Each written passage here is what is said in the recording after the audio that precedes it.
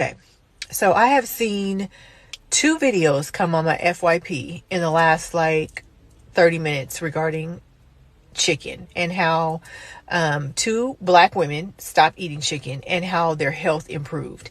And I am another one of the black women that stopped eating chicken. And, I was watching Mama Trey. She goes live all the time and she's always talking about eat for your blood type. And she basically breaks down what you're supposed to be eating for whatever blood type that you have. And she said chicken is not good for any blood type, right? So I started just doing my research a little bit more and looking at the conditions that the chickens are in and what goes on in those chicken coops and how they're literally piled on top of one another and how disgusting it is. And I was like, you know what? I'm not going to eat chicken. I have been dealing with like inflammation in my body. Like, I'm 46 years old. So I'm thinking, oh, my hips hurt. Every morning I'm waking up, my hips are hurting and they're so inflamed and my knees were hurting. I was bloated, really, really bloated like all of the time. But I'm thinking, okay, it's perimenopause. It's menopause, life is changing. That's what happens. And I said, no, I'm going to remove chicken out of my diet for 1 month and see what happens. Do you know I do not have no pains, no more, no inflammation, no bloating, no gastrointestinal issues, none of the things that I was dealing with before because I'm thinking, chicken is like the healthy meat. You're supposed to be eating chicken breast, I couldn't lose weight. My fupa was getting bigger. I'm like, what the hell is going on? And I understand in your 40s, as women, you gain weight, your stomach gets bigger, perimenopause, your hormones are all out of whack. But that chicken is adding to the hormonal imbalances in our bodies because they give those chickens hormones to grow. And even with me, I was going to Sprouts, I was going to Whole Foods and get my chicken, but they're still not telling us something. And those animals are still filled with antibiotics and hormones. I do not care what is on the packages because as soon as I let go of that chicken, all of my issues went away. Okay. My hips do not hurt whatsoever. My knees do not hurt whatsoever. The bloating is gone. I'm able to lose weight. Like I'm losing weight again and everything like that. So to me, there's something going on with the chicken. And then you got to think like, you go to the restaurants, the Chick-fil-A's, the McDonald's, the Jack in the Boxes, all of these restaurants have all these chicken dishes on there, right? Just think of how much chicken this country has to produce to keep up just with the fast food restaurants, right? And then we market chicken as like this healthy alternative, but that's not true. Once I started eating for my blood type, my health has been amazing. And I've always taken care of myself. I've been vegan at a time in my life. I've been vegetarian, pescatarian. I've done all the fad diets, right? I've done the best that I could possibly do to keep myself together, skinny, and on top of my health, through my 40s, 30s, 40s, and hopefully in my 50s. But that chicken is killing us. It's that chicken that's killing us. So especially if you have any autoimmune disorders or you just have a lot of inflammation, a lot of, and when I say inflammation, the women that they're like really puffy, that's inflammation in your body. That's your body attacking itself. That's that inflammation. Let go of the chicken for just 1 month and then come back and do it or stitch this video and let me know how you feel. And this shit, real life, I can really die at any time. I just be family moolah now, but opposed to music, man, I'm doing good though, man. That's good. I'm doing good mentally, you feel me? You happy? Oh, for sure, definitely happy, man. Independent now, so. That's important. Yeah. I always felt like, because for a while you were I forget what was the major label you've been putting stuff out with? Was it Capitol Motown? Yeah, Motown. I always felt like you were kind of built for the independent shit. Yeah, me too, man. Me too. But at the same time, throughout my 10-year run, I definitely saw every side of the sport, independent, right. TIG, label, so. Yeah, because the thing it's a game era. For people who don't know, there was like a point in time where you would kind of cool off, but it was also because you weren't allowed to release music. For sure that. Yeah, so when I couldn't release music, man, they just really put a dark cloud over my head, you know what I'm saying? Dark cloud where I couldn't record. I didn't even want to hear the radio, you know what I'm saying? Yeah, was it like a point in time where you felt like you might have been like kind of dealing with some depression, or you just kind of were like down in terms of just like you're just on the music industry in general? I would just say depressed, bro. But coming from that situation, from the litigation where I couldn't drop, and that and watching your peers just go up, knowing you can't go up. And this shit, real life, I can really die at any time. I just be hating how when an artist die or someone dies, it's almost like the culture pays more attention to us when we're dead, and that shit be like, I don't like that, man. That don't be real, man. When you could have been screaming his music or our music while we here. What's the difference? Don't wait till we gone. Yeah. And this shit, real life, I can really die at any time. Lord, nothing I did, nothing I tried, nothing I smoked, nothing I snorted, nothing I drank, no man I did, no one did me, nothing did me any good. Oh Lord, even that the food I put in my mouth wouldn't help me, Lord.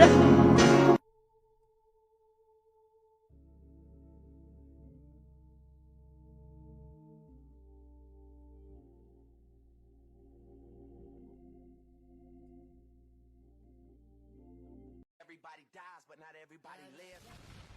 Time to tap in now.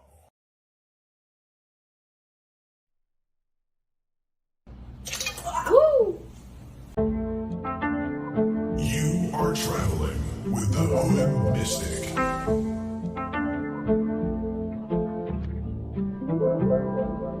Time to tap in now.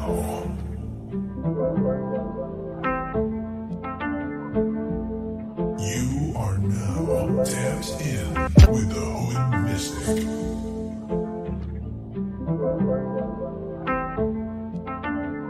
Your favorite mystic's favorite mystic. Your favorite astrologer's favorite astrologer. Underneath Satan, man, peace to the tribe, peace to the collective. It's the Hood Mystic, representing hoodmystic.com, columbianexchange.com, whiterabbitsite.com. Below, you can follow me at the Hood Mystic on Instagram. My Cash App is $Hood Mystic38. My latest book, I'm waiting on the delivery. Should be anytime. I'm thinking Monday, so I'll have those shipped out to y'all if you pre-order it. Just want to say thank you to everybody and put that out there. This is the last day for our buy one, get one off. This is on Columbian Exchange and whiterabbitsite.com. When you buy one order of capsules, get your second order of capsules free. Promo code for both sites is BOGO. So take advantage of those deals and discounts at White Rabbit site. You can take 25% off your order, but you cannot combine discount codes. So with all of that being said, welcome. Thumbs up, ones in the chat if you can hear me okay. Today, I feel like you should have your pens and papers. You should be able to take notes because actually it's a lot of information and maybe you'll have to come back to it later. You know what I'm saying? But it's a lot of things that came to me when researching this particular sermon, as I would like to call it. This particular sermon is taken from Revelation chapter 13, and I'm imagining chapter 2 from A Course in Miracles. With all that being said, take notes, be diligent, and what I want to do is just basically expose modern life and modern society to be very demonic and very separatist from your mind and your soul, meaning that the purpose of these two major dynamics being sports and music and government, that's three dynamics, but utilizing two dynamics of sports and music, the government to encapsulate our soul, take a hold of our attention, utilize the formats of sports and music, i.e. entertainment, to put a demonic stronghold on God's chosen people. So I'm trying to go through every verse in Revelation 13, plus additional books and references. And plus, I got a lot of tabs open that I want to share with y'all. But before we get into that, I want to deal with Jeremiah 19, and I want to talk about demonic energy. And I read the Bible as an eschatological book, where I don't think about the past, I think about the present. And so when we read from Jeremiah 19, it's not talking about the past to me. It's clearly talking about now.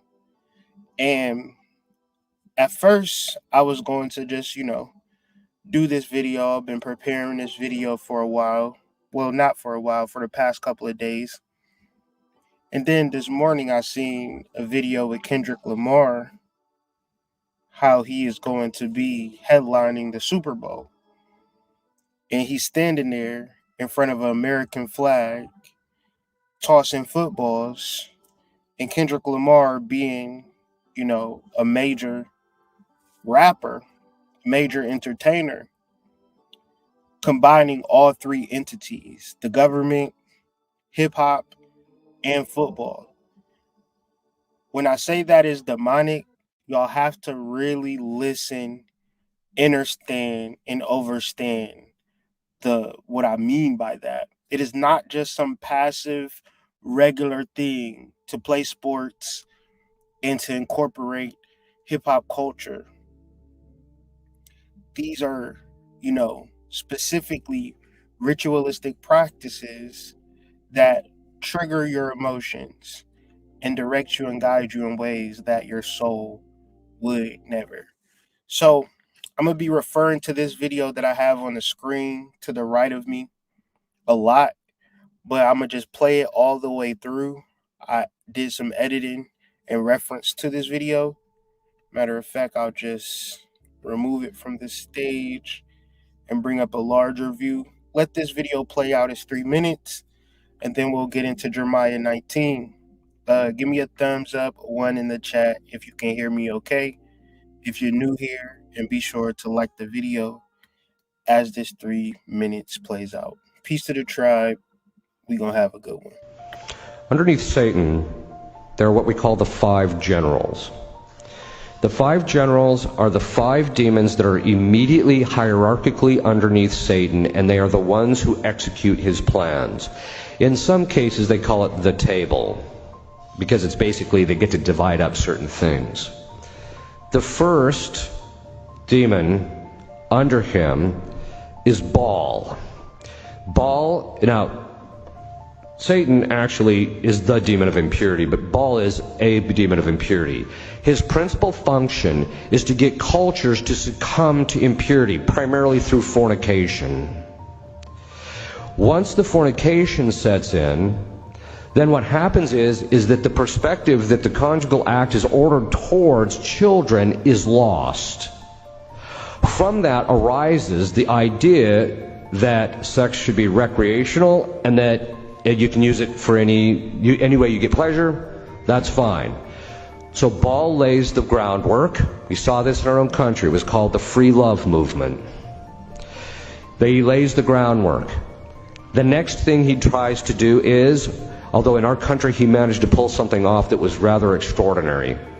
The next thing is after that, as we read from St. Paul, God delivers men and women up to their lusts, and men will start to want to sleep with men and women with women.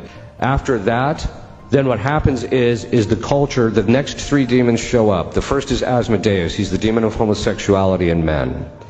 Then there's the demon of Leviathan, which is the demon of homosexuality in men, but of the masculine kind. These are the women who are heavy on the heels, we would say. Okay. Then there is the spirit of Lilith, which is the more seductive form of female homosexuality. After those have gained ascendancy in a culture, which, by the way, if you look at the cultures, every single culture is pushed in this direction. Okay. So, historically, not just ours, but historically, this is always the progression. Once you have fornication, you end up with contraception, and then the upshot of that is homosexuality and then abortion. Baphomet is the fifth one, and he's the demon of child sacrifice, abortion. In our culture, think of this.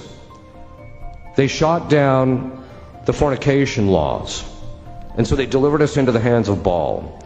Then they had Roe versus Wade and delivered us into the hands of Baphomet. And then they allowed gay marriage, and so now our country politically is in the hold of the top 5 demons in hell other than Satan. They delivered us into their hands.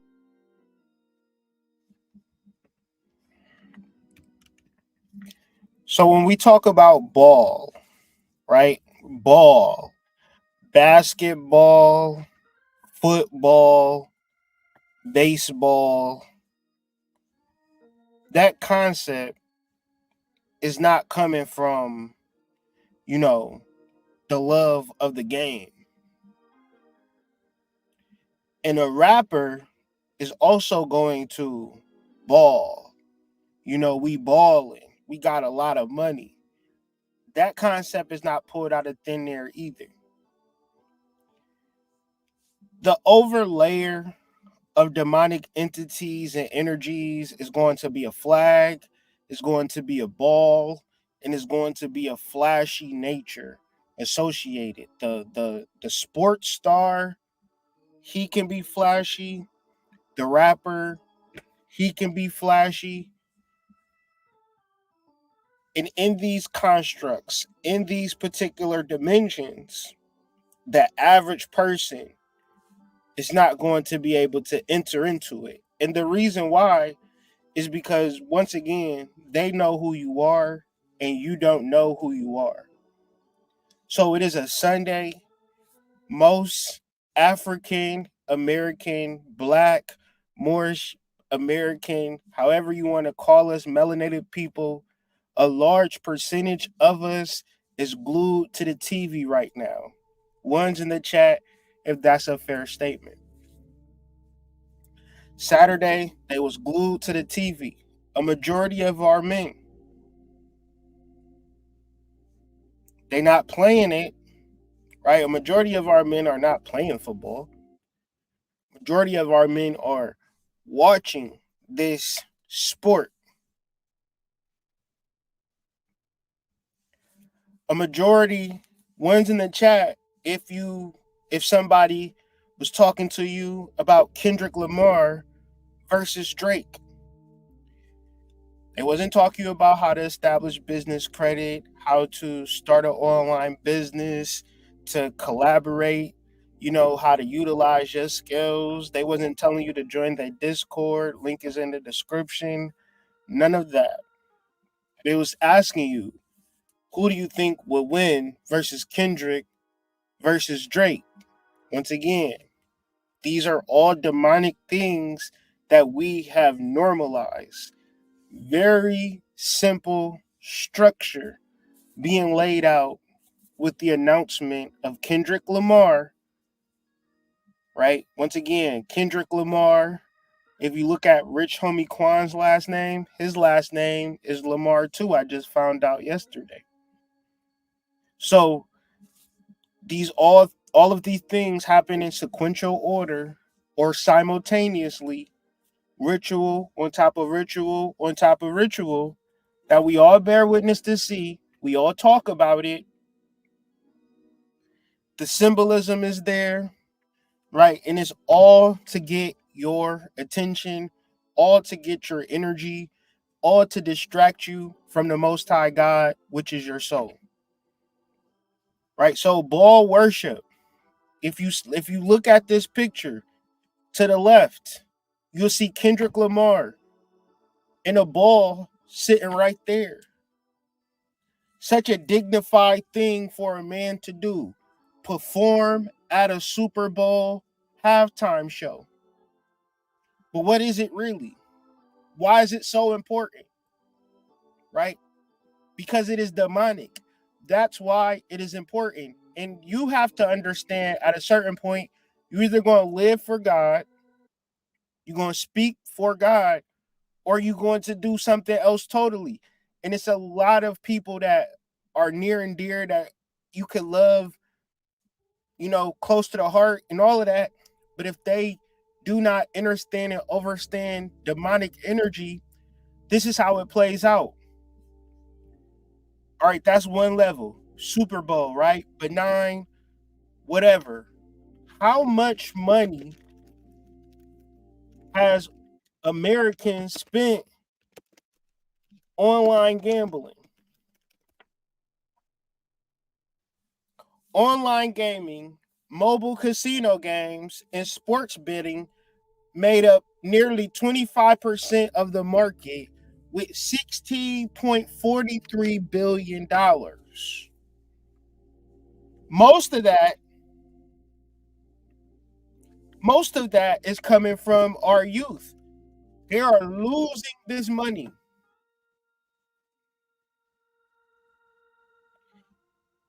They're not getting this 16.43 billion back on the parlay, ladies and gentlemen. This is worse than heroin. This is worse than fentanyl. And young black boys will blindly watch this shit. Young black boys will blindly listen to this shit, and they don't even understand that it is pure demonic energy that is conjuring up such a system. These black boys could be engineers, kings, great generals, make real changes. LeBron James, he even says it himself. Listen to this quote by LeBron James. If basketball is my legacy, what does LeBron James feel about if basketball was his legacy?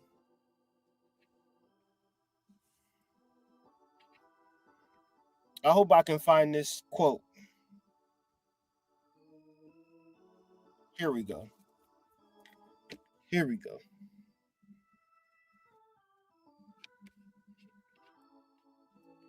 Despite being one of the greatest of all time at basketball, most points, most assists, the most decorated basketball player ever, doesn't want to be remembered for basketball. He wants to be remembered for more than basketball.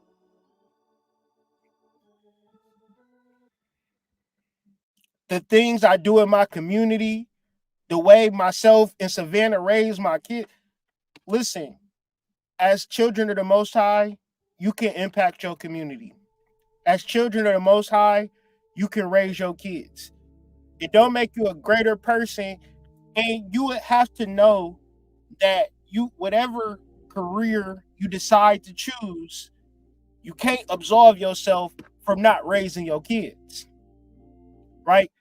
My relationship with my single parent mother, my friendship with my guys. You could be the greatest basketball player ever, but you still want your friends to vibe with you on a certain level. Being able to help people from my hometown.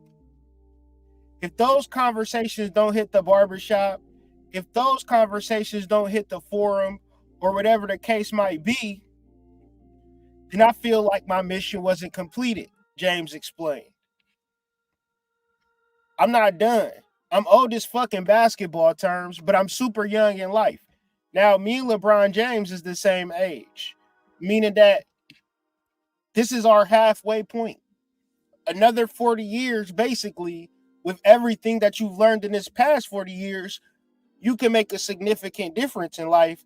Because think about how long it's been that you've lived so far, and you probably got more time to live.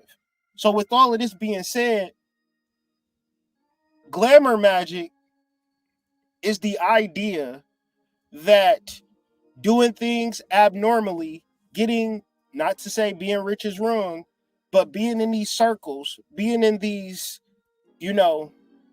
closed off echo chambers, getting money from these particular things, like, and you can't help nobody, you can't do nothing, the rapper can only make money and make other people in the community feel bad. Right? So the rapper and the sports star, they come to the arena every day in nice outfits. Almost to the point that it feel like, damn, is y'all spending all y'all money on outfits? Y'all ever thought about that? One's in the chat if you ever seen athletes enter the game. And they always dress to the nines in their outfits. Every game, a new outfit, got a fashionable shit, thousands of dollars. I know y'all getting paid a lot of money, but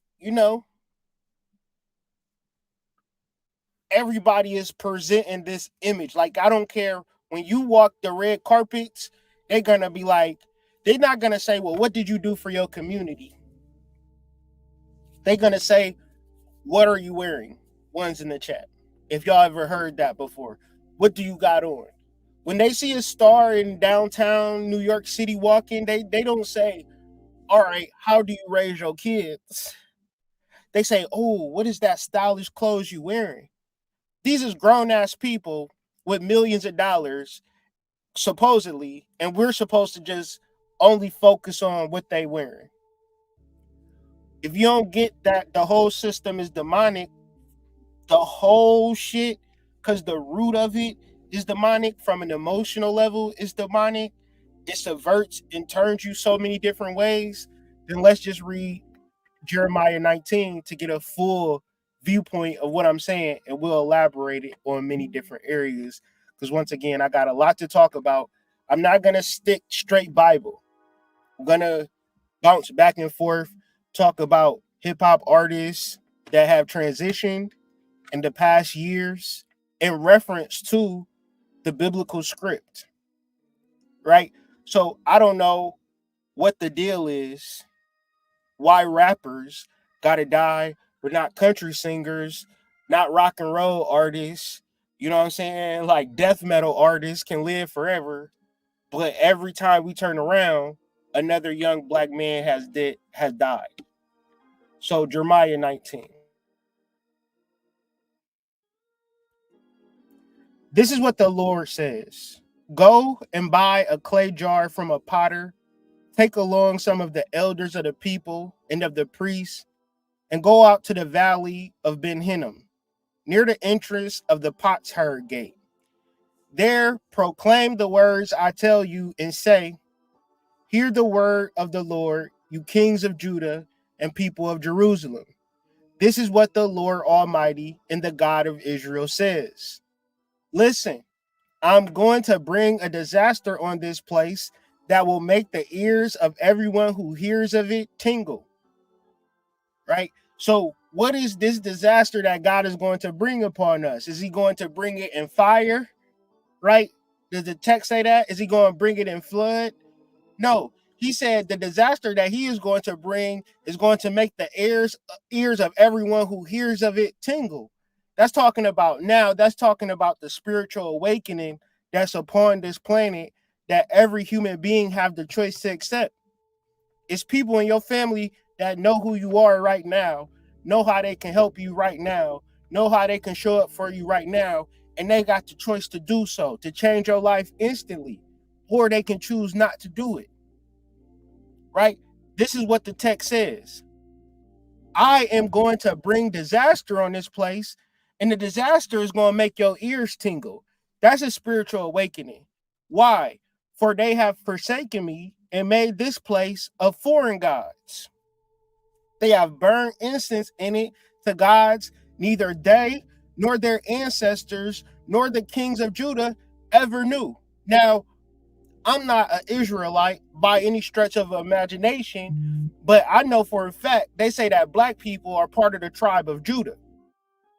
So when black people are giving it up to these demonic entities through the record labels, through the NFL and the NBA, these are gods.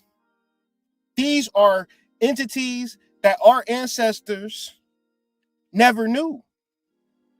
Why do we know this is true? Why do we know that this is talking about the times of now? They have filled this place with the blood of the innocent. I can run down a list every single day. I get on my YouTube. It's a lot of crazy shit going on, period, point blank. But the inundation, right? The smorgasbord, the plethora of energies and entities that die at the hands of gun violence it don't make no sense to the brain, to the logic, so much so that we have been desensitized. So this is how you know that when a young black man signs a recording contract or works in reference to the NFL, they are selling their soul, because the results of it, what are people do you think that if black people in America was all given what they just do, that they will resort to gun violence? More or less, we will always deduce it to, it's not a race thing, it's a class thing. It's a class thing. Niggas don't know what they don't know at this point in time. That's what makes their blood innocent. People don't even realize, people don't even sit with the word. People don't meditate on the word. People don't understand that God is within them. Because if these black children knew that God was within them, they wouldn't be suffering the way they do in school. They wouldn't be resorting to guns and violence and shooting up schools and doing all of this type of stuff. This is how you know that the Bible is not talking about the past.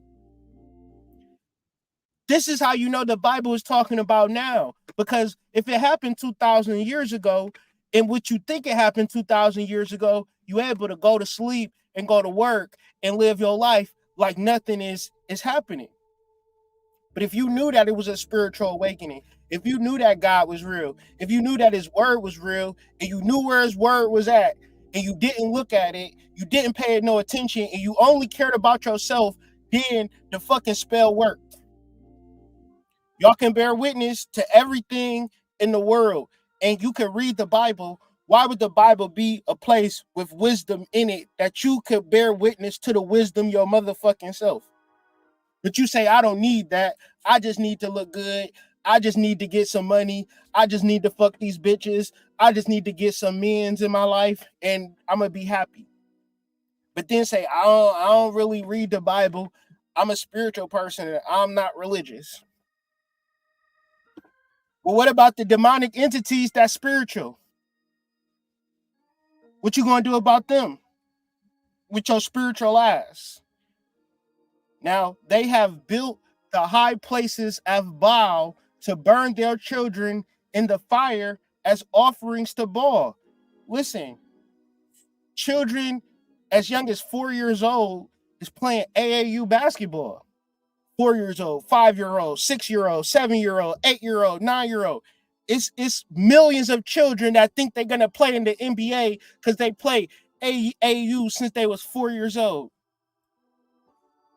Meaning it's only fucking 2 rounds a year of NBA draft picks. Not to say you can't earn a living making money in a different foreign country, big 3, things of that nature. But let's just be honest. When this verse says they have built the high places of Baal to burn their children in the fire as offerings to Baal, they're talking about sports. They're talking about hip hop. That's where our children are burning at. That's where you're going to lose your son at. That's where you're going to lose your daughter at. If your daughter don't listen to hip hop, you might have a chance of not losing her. But if she listening to fucking Sexy Red and she's 16, come on now. You think your daughter not having sex? You don't think you done lost your daughter already? Well, it don't matter. I had sex when I was young, and look at you now. You got to actually start protecting these children from the music, from the sports. Because what? The children, I'm listening to my kids freestyle today. They talking about how they just about to be so rich and how they about to have so much money. This is what's going to drive a child. They want to be so rich. They want to have all of this money. This is what you wanted to do when you was younger. We all wanted to be rich. We all did dumb shit in the hopes of being rich, and we crashed out. What is wealth? What is being rich actually? Right? It is following God. That's actually what, when you talk to rich people and they be like, well, what did you take? I watch those videos on Twitter all the time. A large percentage of people say, man, I'm gonna be honest with you. You gotta believe in God. You gotta trust in God. You gotta let God lead you.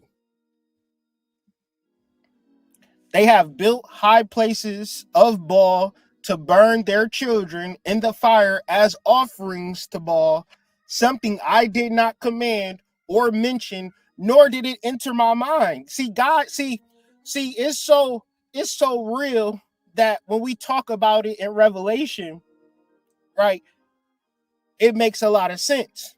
But God is like, let you know, I didn't even think that you should be playing basketball. I didn't even think that you should be coming off with a hot freestyle, getting iced out. And then we see great men like Young Dolph transition. We see great men like Offset transition. We see great men like Julio Fulio transition. We see, YNW Melly fighting for his life. And we see these things over and over again: murder, death, prison, Young Thug fighting for his life. And you would say, in reference to raising your kids, making it through life, thriving in life, investing your money, having a lot of money, understanding a holistic way of life, living to you 70, 80, having a full life, or dying when you fucking 25 in the middle of the streets getting gunned down, trying to get some fucking cookies for your mama. Why does this happen? Because God didn't even think that you should even be doing shit like this. It's just not something he commanded or mentioned, nor did it even enter the mind. So a lot of times spiritual people think that they're behind because they haven't made it to rich and famous and all of this shit. But once again, it's not even a concept. So beware, the days are coming, declares the Lord, when people will no longer call this place Topheth or the valley of Ben Hinnom, but the valley of slaughter. Right? And we've been living, immersed in, seeing it every single day. Whether on the internet or even in your neighborhoods. Right? So, like I'm saying, we're referencing Revelation 13 today. And the thing about Revelation, what's famous about Revelation 13 is that it's talking about the mark of the beast and 666. But the overall chapter is basically talking about two demonic entities that rise up out of the sea. And when we talk about the sea, we're talking about something very specific. And when we talk about demonic entities and demonic energies, we're talking about something very specific. So even though I'm talking about hip hop artists, it's more of, this is what happens. Right? This is just kind of par for the course as stated in the Bible. Meaning that if the Bible was just a piece of trash that you could just throw away, none of this shit would come to pass. Nobody could be able to bear witness on any of this shit. But the demonic entities are spiritual, right? And you, being a spiritual being, should be able to identify spiritual entities the same way if me and you were on the street, we want to identify street signs. right? To know where we're going in life. As spiritual beings, if you don't have a strong, sturdy conversation on demonic entities, then that means that they don't exist. And because we don't talk about them and they don't exist, that means they can't fuck you up, right? But what you got to understand is that for every positive force, there is a negative force that's equal or greater than the initial positive force. So as spiritual beings, it's very important that we stay on our toes.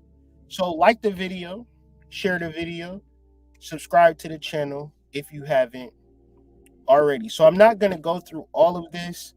I just want to point out how one of those beasts that rise up could be related to Baal.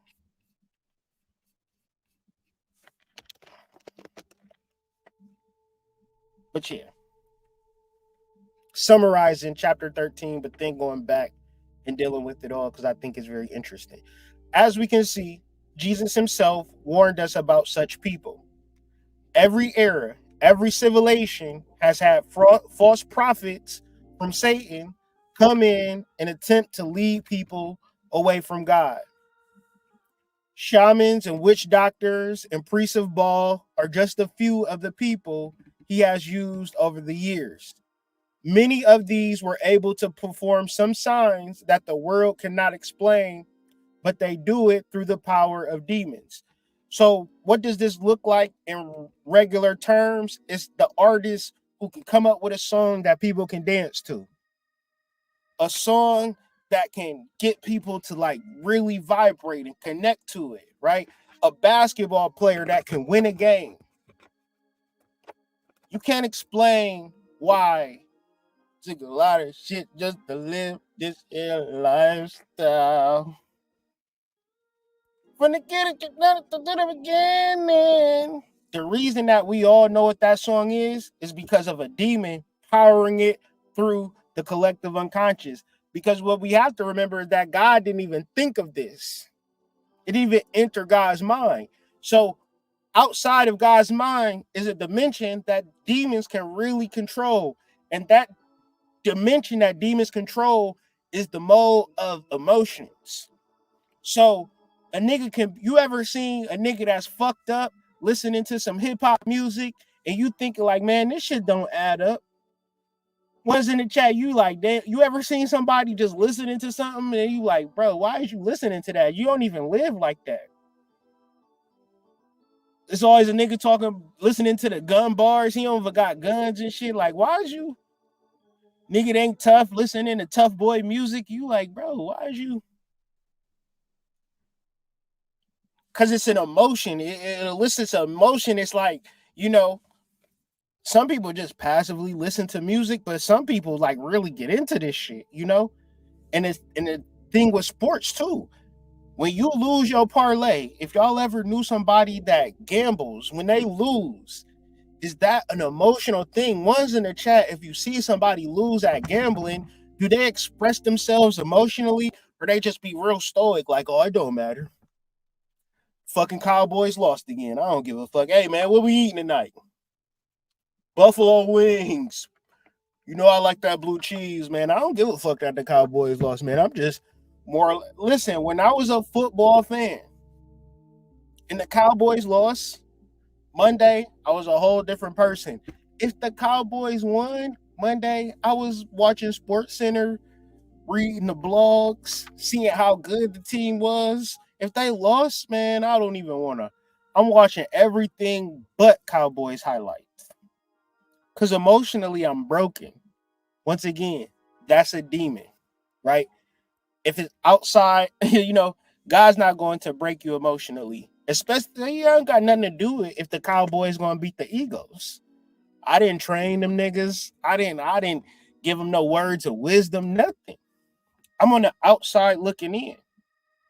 So the reality of if they win or lost, and if I'm sad or happy, think about this shit. It's 50,000 people in the fucking stands cheering, yelling. Is that emotion? What is in the chat if that's emotion? Or two, if I'm tweaking. If a football stadium is not emotional, you know what I'm saying? Let me know that I'm tweaking, right? Or is that a whole sensor of emotional energy that's being conjured in the fucking stadium? I'm talking about high school, little league, college, pros. How many fucking sports games is being played in America, and is it or is it not pulling on the emotions at the end of it all? So once again, when we talk about demonic energy, if you are possessed by a demon, you might not have a demon show up and say, "Hi, my name is Wakakalus. I'm the demon of Satan." No, it's not going to show up like that. The demon is going to show up by negative emotions, deep sadness. That means that the demon have attached to you, and what is it feeding on? It is feeding off your sadness. It is feeding off your anger. It's feeding off your rage.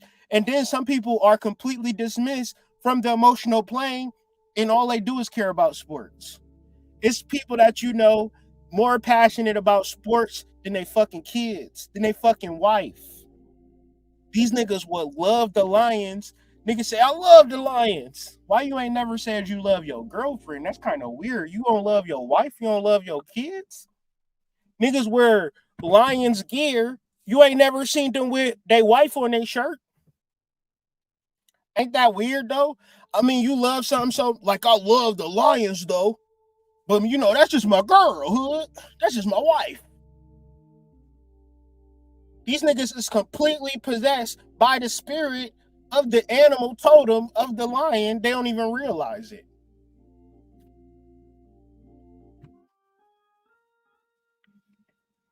Every city got a sports team that have somebody thousands of people emotionally connected to it.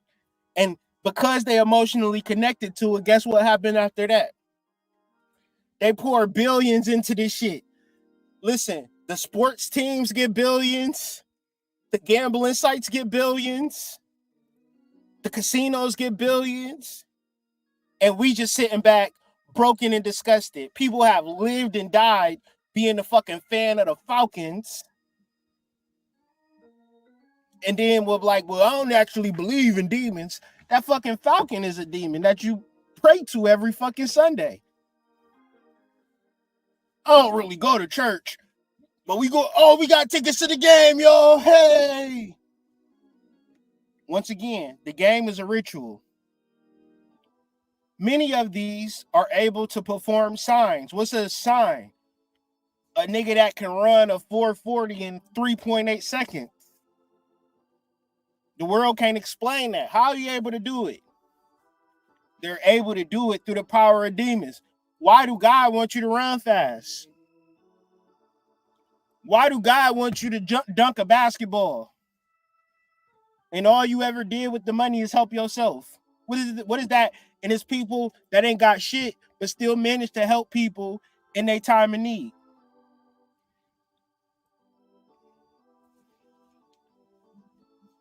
Application. Believers of all times and regions need to be ready to resist false teachers. We do that by being rooted in God's word, which we will make like a tree planted by the stream of water as we fill our minds with scripture and prayerfully seek to be enlightened by him. He will give us wisdom and discernment. This is the point that I want to point out. Don't be tricked by the flashy. Not everything powerful is from God. False teachers give them away in both of two areas. Firstly, their message is not consistent with scripture. Secondly, their lifestyle is not consistent with scripture. Took a lot of shit just to live this here lifestyle. Took a lot of shit just to thought of a lifestyle. Oh, and once again, we talking about a rapper that'll shoot you, fuck your baby mama, steal your car, because it's a goddamn, you like the Dodge Charger, just so a rapper can steal it.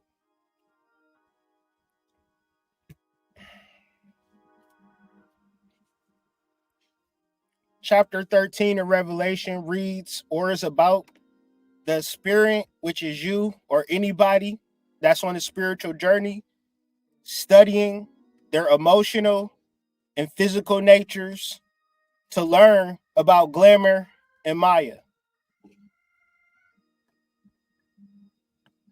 Y'all ever had a lame ass motherfucker, man or woman, and they just wanted, like, they looked at you like you wasn't good enough, and you looking at them like, yo, lame ass, I'm way out of your fucking league. What you think? What did you even process? What do you even think you deserve?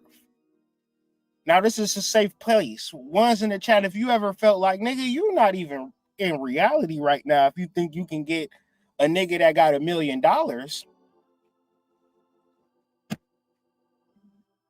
You think you about to pull a OnlyFans model. Bro, I had to pick you up from work. How you getting a dime piece? You just been working for 3 days. You ain't even got a paycheck yet. You don't get paid for another 3 weeks. But in your mind, you about to pull a baddie. How? Y'all ever been around somebody like that?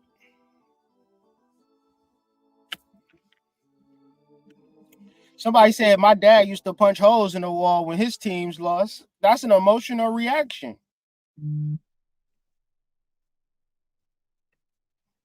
All professional sports is rigged. It's entertainment. It's not real. It's pure entertainment. LeBron James is 87 years old, still playing basketball. Tom Brady retired at 94. Tom Brady was 94 years old when he retired. You know this shit not real. They told you it wasn't real when Mark McGwire and Sammy Sosa was hitting all of them home runs. They was like, oh yeah, they was doing steroids. Niggas was into that shit. Niggas, if you a millennial, shout out to all my millennials. Ones in the chat, if you was starting to figure out who was going to win the most home runs after Mark McGwire and Sammy Sosa and Barry Bonds and shit, you ain't watched baseball since. That shit used to be lit when them niggas was taking steroids. Matter of fact, I'm just saying, niggas was watching baseball when they was taking steroids. Was I the only nigga watching baseball? I was into it. Sammy Sosa, look at that nigga now. Sammy Sosa look crazy.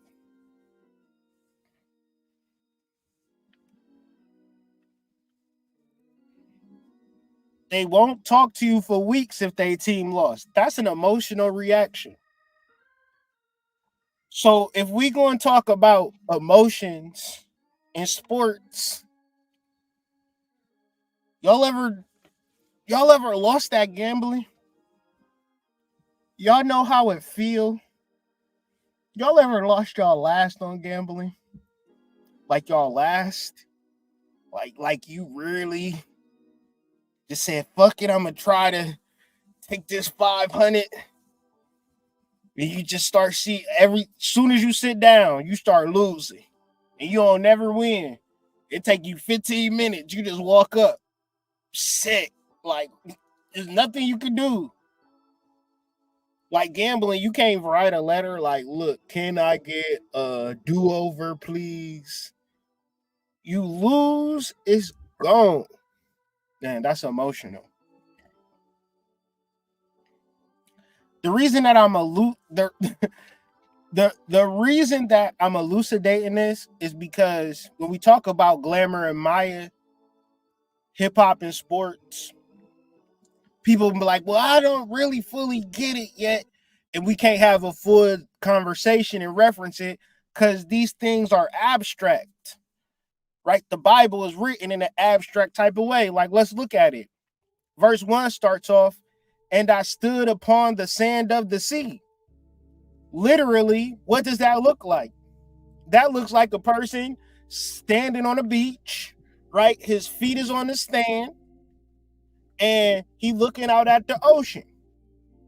And he saw a beast rise up out of the sea. So literally, you would then start to look up and see a half shark man rise up out the sea that got 7 heads and 10 horns. Well, wait a second, Bible. Do we got 10 horns on each head?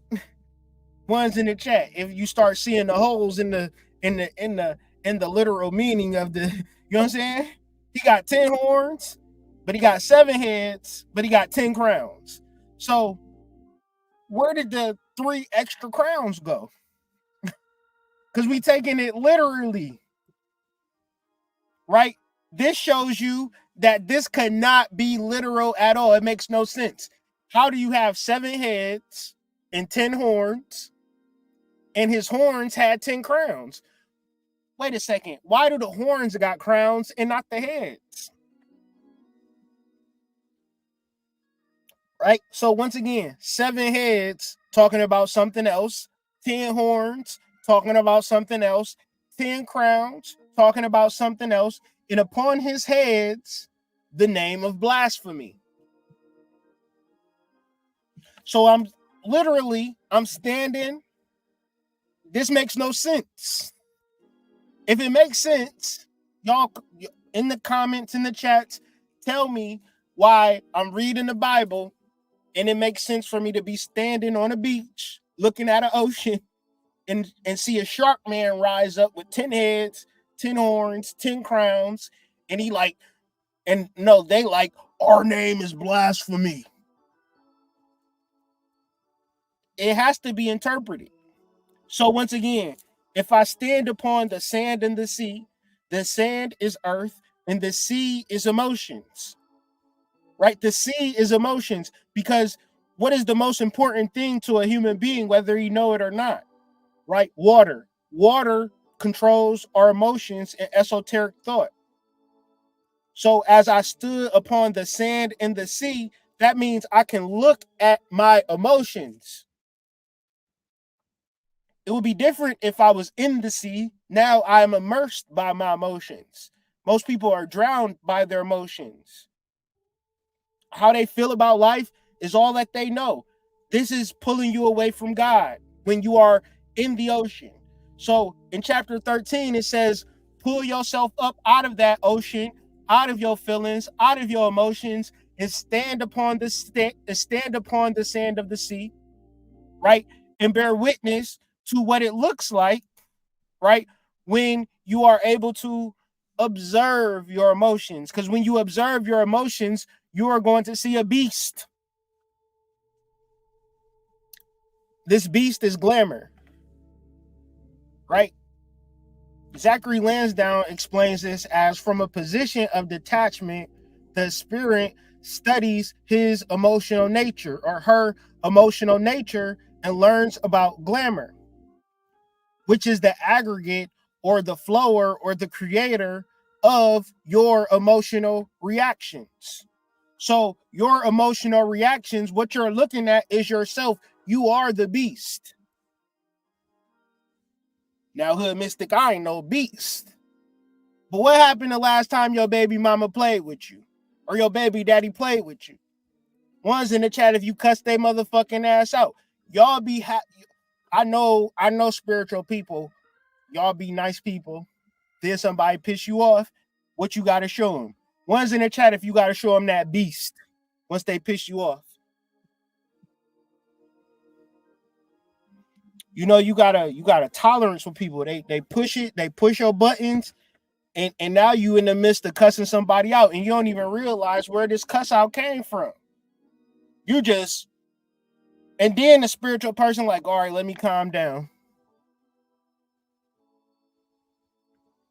So as I stood upon the sand of the sea and saw a beast rise up out the sea, see, I'm looking at myself. I'm looking at the blasphemy within myself. So once again, this emotion is the name of blasphemy, because you in your emotions are separated from the Most High Creator. Because your emotions and your feelings can't get shit done. But when God gives you a message and you act upon that message, you get a lot of things done. You don't say, man, I bought this house because I bought this house with feelings. I bought this house with anger. I bought this house with rage. You say, I bought this house with money. God gave me a vision to start this business, to start this podcast. I promoted this podcast. I met this person who, helped me with marketing. And now my shit went viral. And I got millions of dollars because I followed my promptings. Acting in God's favor. Being God's representative. Being God's voice is not an emotional reaction. Most people don't feel worthy enough to even act in reference to God. So therefore, they fixate and focus on glamour. What does glamour do? Glamour controls the 7 chakras and the full range of desires. So everything that you want, all of your spiritual energy is focused in on what you want, not on understanding who you are. If I could have got everybody that ever done a reading from, or I ever gave a reading to, if anybody that ever watched my videos figured out that my platform was not for you to accomplish anything externally, but it's 100% of accomplishing something internally, the world would change like that. Because it don't take a lot. It only take a few of us to realize who we truly are. However, most of us will never know who we truly are because of glamour. Glamour controls the 7 chakras and the full range of desires. The full range of desires in all 7 chakras. It gives paramount importance to fulfilling desires and is judgmental in nature. So familiarity breeds contempt. Right? The reason that you and your friend group, the reason why you and your partner can't grow is because one or both of y'all only care about yourself. If you got a bunch of people that believe in God, that trust in God, that know God, nothing is impossible for them. Y'all will always make a way. Y'all will always come out on top because that's how God get down. When you find yourself struggling, understand that you had the power this whole entire time and you've been making decisions this whole entire time. When we get into A Course in Miracles, this is a long video. I hope you're taking notes. When you act in accordance with your soul, that is the only solution. When you say, I want this, I need this, I don't have enough for this, I don't know how I'm gonna make it here, I hope that I can do this, you are in the presence of glamour. You are in the presence of beast. Because what happens? What happens when you don't get what you want? That beast come out instantly. That beast come out instantly.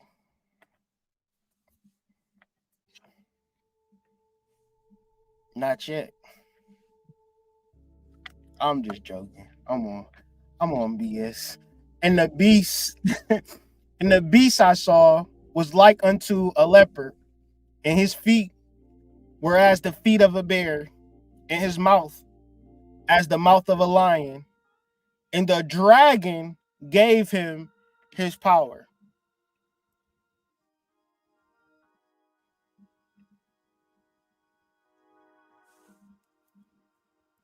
Let's first start off here. Glamour is also treacherous, blundering, and boastful. Let's do a cross-reference. Are rappers boastful? Is because in my mind, the first thing I think of when I hear that glamour is boastful, and I'm trying to get real imagery. I'm trying to put real life on top of it. Right? I'm trying to not let it exist in the realm of spiritual abstractions. It could be this, it could be that. I'm talking about if glamour is boastful, what does that look like in real life? Well, some rappers use braggadocio or boastful language. And I would go so far as to say that It's normal. This is often used in battle rap and can include topics like physicality, fighting skills, wealth, sexual prowess, coolness. See, this is all boasting and bragging, right? But it's not real. It's glamour. But this is the tenets of hip hop, mainstream hip hop, right? Hip hop can be a variety of things, but we talking about the institution of hip hop as we know it, that's being run by these demons. The Bible says, and I love how the Bible never talks about the past. It's always talking about what's happening right now, right? And the dragon gave him all of his power. Who did he give all of his power? The beast, right? And it's like, okay, that don't really make sense until you find out that Drake means dragon. Not Drake is dragon. Drake means dragon. Not in French, not in Hebrew. Nigga, in English, Middle English, Drake means dragon. So we have a literal rapper that's out right now, the number one rapper, arguably. What is his name? Put it in the chat. And I'll be right back in 3 minutes. Give me Underneath Satan, there are what we call the 5 generals. The 5 generals are the 5 demons that are immediately hierarchically underneath Satan, and they are the ones who execute his plans. In some cases, they call it the table, because it's basically they get to divide up certain things. The first demon under him is Baal. Baal, now, Satan actually is the demon of impurity, but Baal is a demon of impurity. His principal function is to get cultures to succumb to impurity, primarily through fornication. Once the fornication sets in, then what happens is that the perspective that the conjugal act is ordered towards children is lost. From that arises the idea that sex should be recreational and that you can use it for any way you get pleasure, that's fine.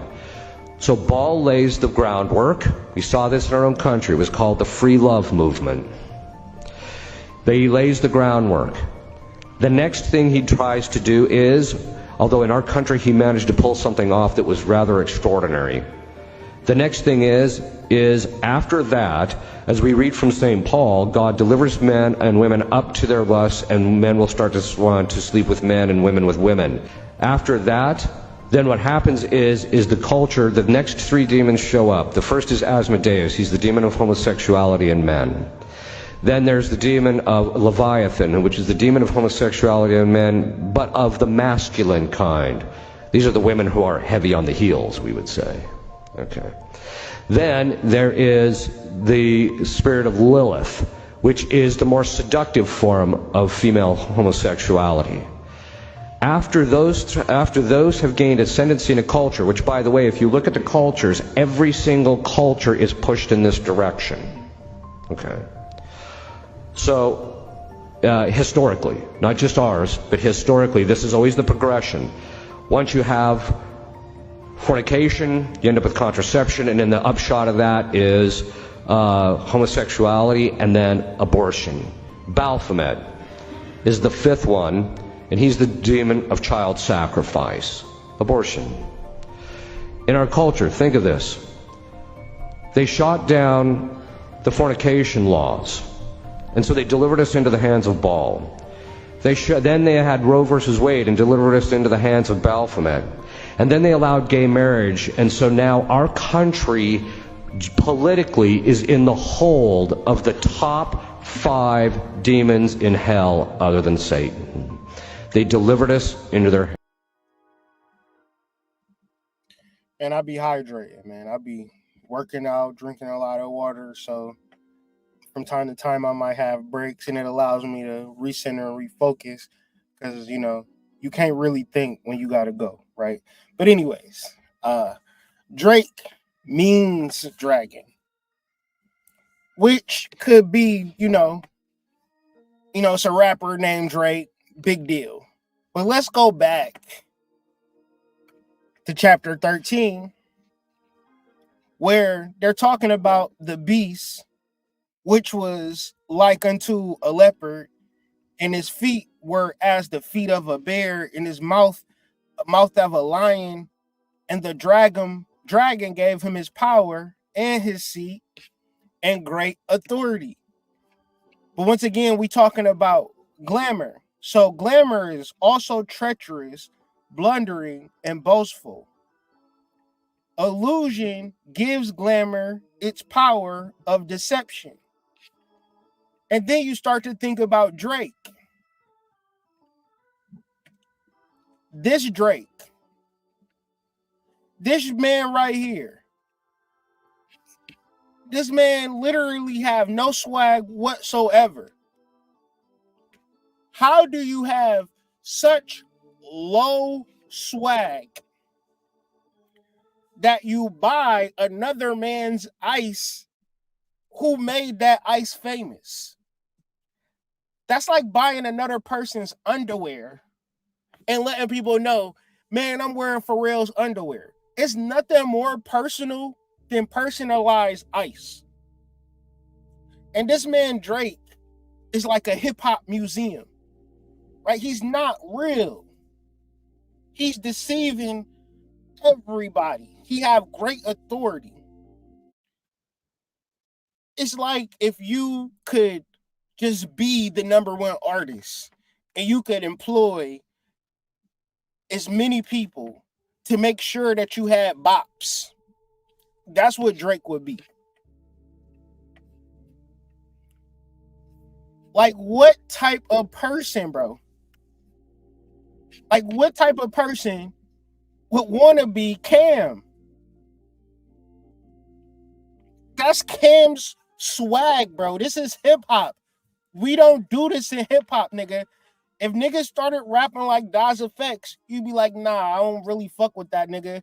He sound like Das EFX. If I started rapping like DMX, niggas would be like, The thing about hip-hop is that your natural expression is just you. It's your style. It's your je ne sais quoi, right? It's just your essence.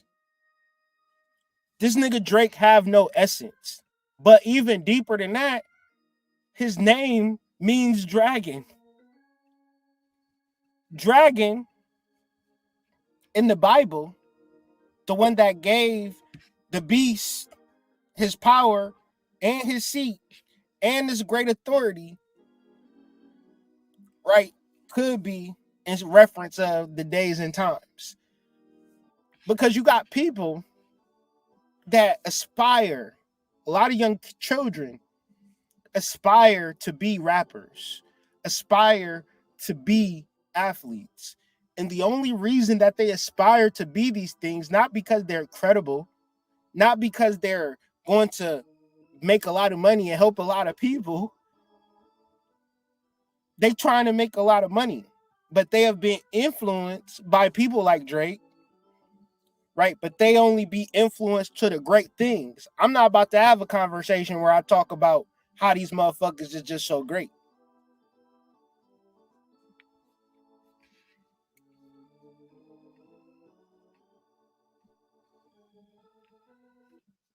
So, I don't, give me 1 second. I didn't even mean to do all of that. I canceled out my page. I got like 11 tabs open, so my shit's gonna be taking 5 hours to load up. Drake gotta be one of the lamest rappers on the history of the planet, but the gag is he the number one rapper. That's the gag. Not only is he a swagger jacker and an energy vampire, he's the best rapper. Right? So, and it's not really centered on Drake. I just wanted to throw that out there.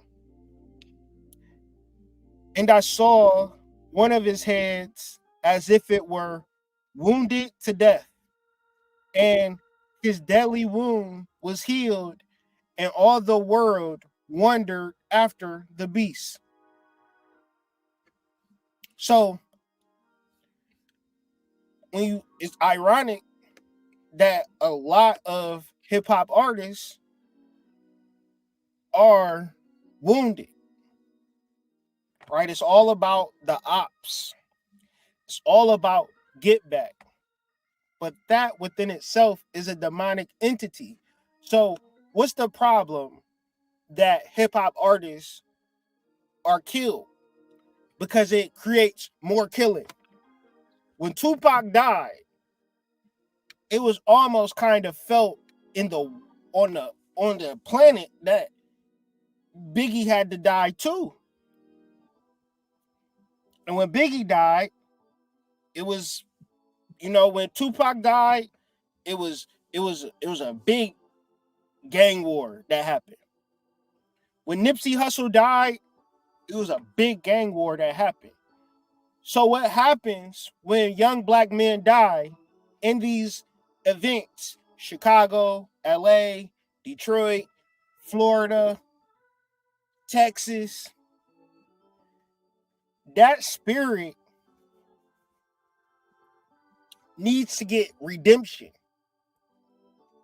And in that redemption, you will have what is called a war. Because the spirit will not rest until it's some form of redeemed. And this is where you see niggas in jail, niggas in court. Like Big Nut, his spirit is in the intermediary period, and he wants somebody to be responsible for his death. And because Big Nut have a relationship with Fannie Willis, rumored, and her thing of going against Young Thug is in reference to trying to get back for Nut. Young Thug dad says Fannie Willis was dating Nut and rapper Trouble. These are just rumors, but it's interesting, right? Fannie Willis and YSL Mondo, Donovan Thomas is Big Nut. That's the big murder in the YSL charge, to whereas that's what the RICO is centered around. They feel like Young Thug has something to do with that. Is the big Atlanta DA that's putting the RICO charge on Young Thug. But Donovan Thomas is already transitioned.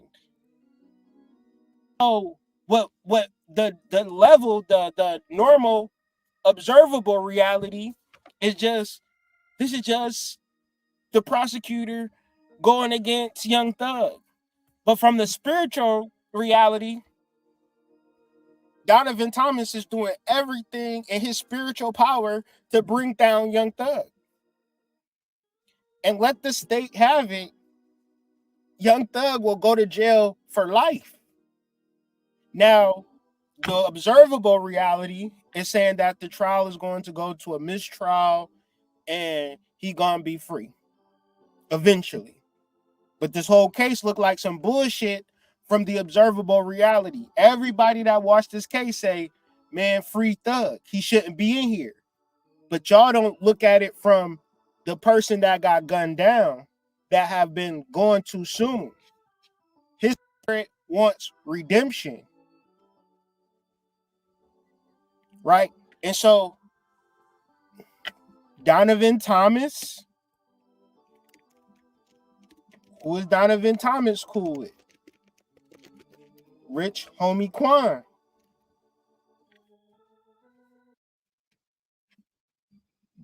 This is Megan Kanief. She's like one of the number one. She got famous from Meg Thee Stallion trial. We don't got to get into it. We could just read the title. Birdman beef over Rich Homie Quan led to Donovan Thomas's murder. So Rich Homie Quan transitioned It's all in spiritual. Like, now this spirit is upset, Offset spirit upset, Young Dolph spirit upset. All of these young spirits going too soon. Kobe Bryant in there, he upset. Like, nigga, I wasn't supposed to die at 41. Chadwick Boseman, like, nigga, what the fuck? We not supposed to be here. How do we get here? And see, this is the penalty for demonic energy. You got to deal with these courts, and you got to leave the earth. You don't even live a full life. It's so many young men that just got took off the earth for nothing. So when we read chapter 3, we're not reading it like it happened 5,000 years ago, because we can bear witness to it now. And I saw one of his heads as it were wounded to death, and his deadly wound was healed. And all the world wondered after the beast. Zachary Lansdowne says that the emotional body, following the lead of glamour, desires external circumstances that engender the feeling of redemption. Now, that paragraph that's highlighted might not make sense to you, so that's why I'm doing this presentation, right? To make it make sense. When Biggie say, it was all a dream. I used to read Word Up magazine, Salt and Pepper, and Heavy D up in the limousine, hanging pictures on my wall. Every Saturday, rap attack, Mr. Magic, Molly Mall. I let my tape rock till my tape pop, smoking weed and bamboo, sipping on private stock. Way back when I had the red and black lumberjack with the hat to match. Remember rapping Duke, the high, you never thought that hip hop would take it this far. Now I'm in the limelight because I rhyme tight. Time to get paid, blow up like the world trade. Born sinner, the opposite of a winner. Remember when I used to eat sardines for dinner? Peace to Ron G, Brucey B, Kid Capri, Funkmaster Flex, Love Bug, Starsky. I'm blowing up like you thought I would, but call the crib, same number, same hood, and it's all good. What is this verse talking about? This verse is talking about somebody who struggled a lot in the past. So when he makes his big break in music, whatever he got to do, he's willing to do. So what would Notorious B.I.G. go on to say? He would say stuff like, let's look up, give me the loot. So now you got to say some weird shit now.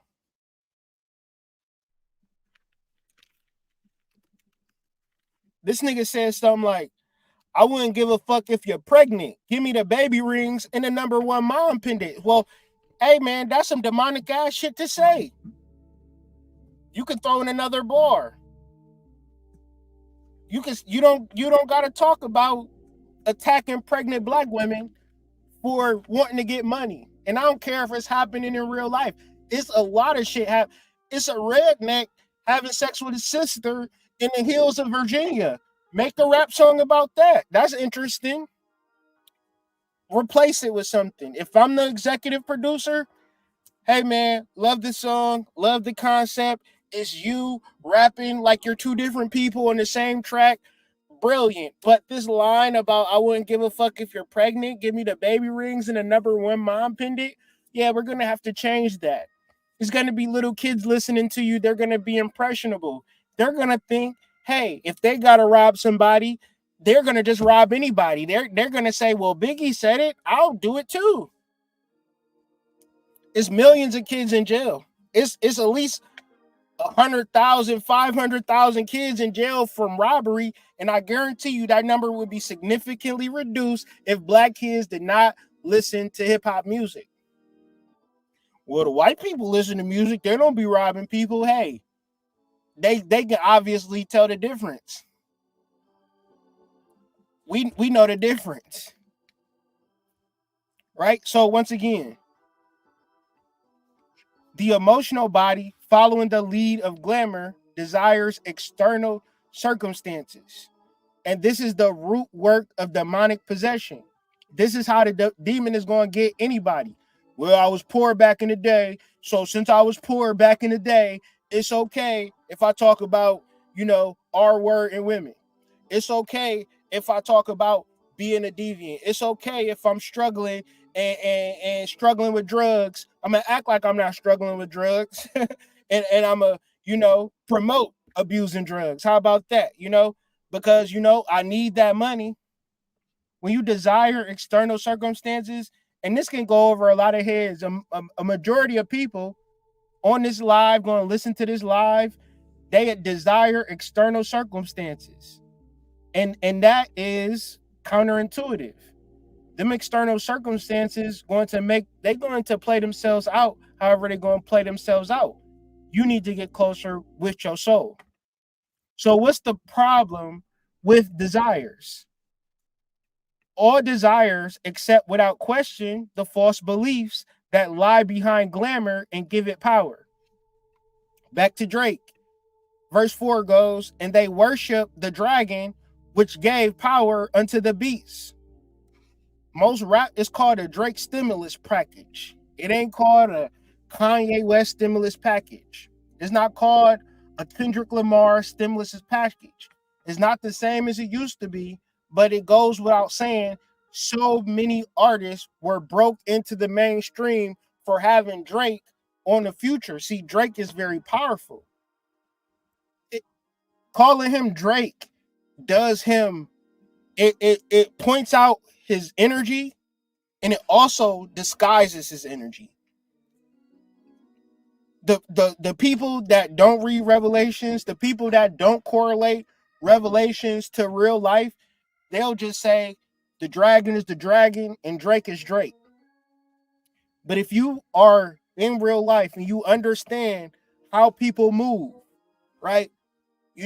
On the radio, they play the song, they mix it in, that song with Lotto, ride, get on the dick and ride, like people dancing, people moving, that's power.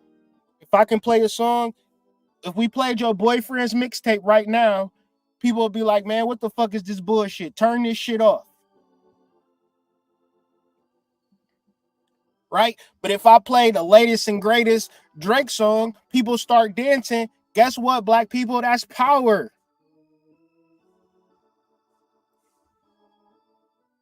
Okay?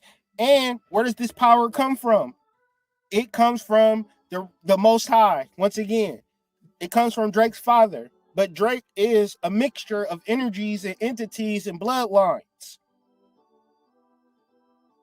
He can take, and the thing about mixed children is it's a wonderful thing. It's an amazing thing when you really think about it.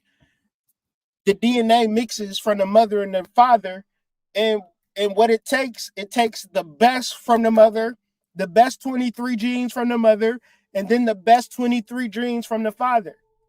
And they put those genes together, and that mixed person is like, people, shout out to all my biracial people out here. If you biracial, motherfuckers kind of hate you a little bit. Ones in the chat, if you comment if you a biracial person, and I know what I'm talking about. At a DNA level, people hate your ass, because what is the brain control? What is the mind control? You can only deal with a person of your race. Why is that such a mind control? Because the powers that be know that if we could just be fucking Indian girls, fucking Chinese people, fucking people from all over the country having babies, you know how amazing this world would be?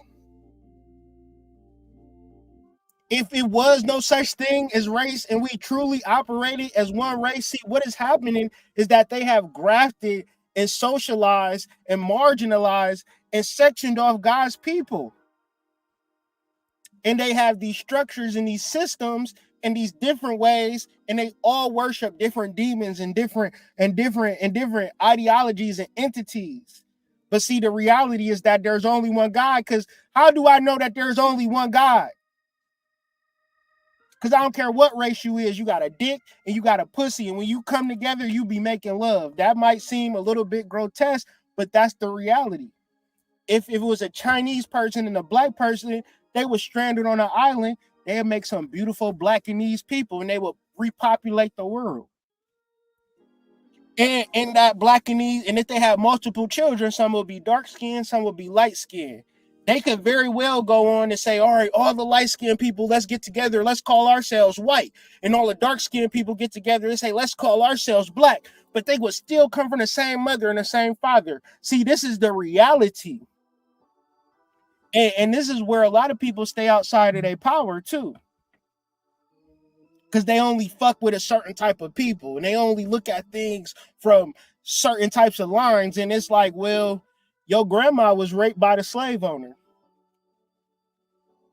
You already somewhat white. If you want to talk, if you ever you are, there's no such thing as a purebred black person in this country, from what I understood and been told about it. So once again, and they worship the dragon, which gave the power unto the beast, and they worship the beast, saying, "Who is like unto the beast?" So once again, what does this look like in real life? When Kendrick Lamar is hosting the Super Bowl,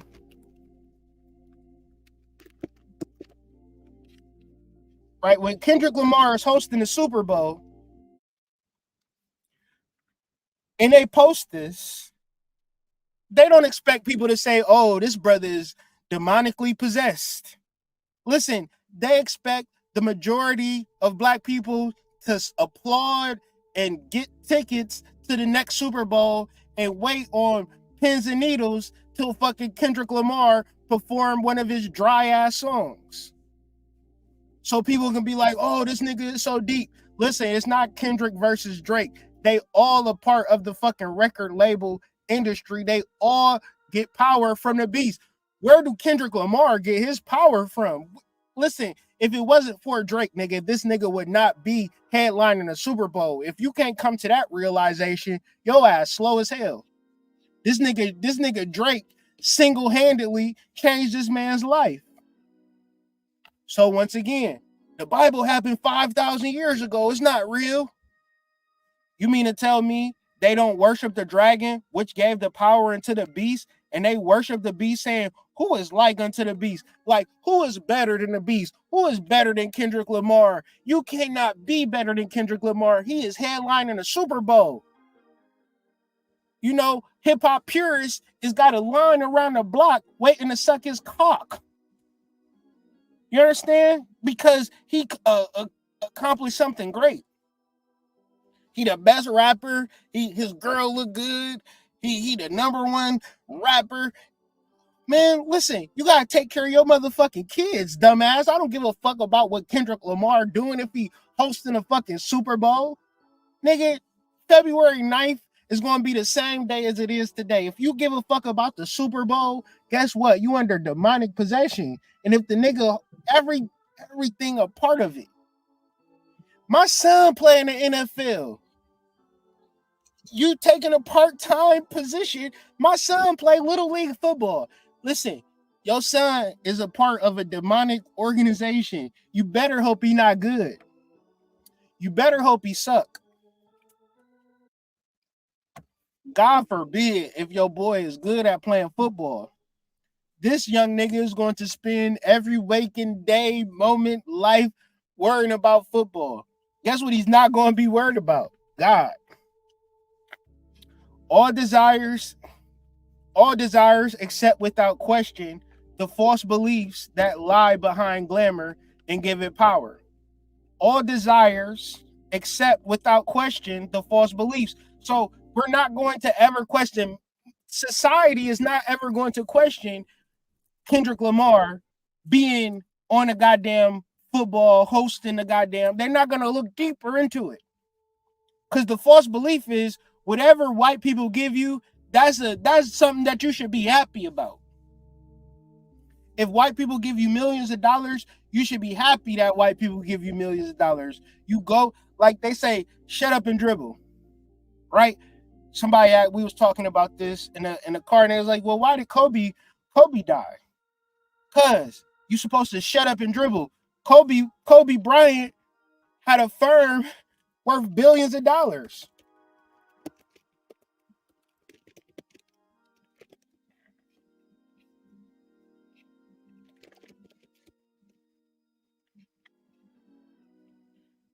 As of 2021, Brian Steibel counted more than $2 billion in assets.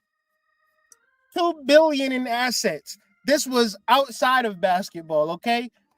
This is not supposed to happen. If it was supposed to happen, it would be much more NBA players that got out of basketball. It was billionaires.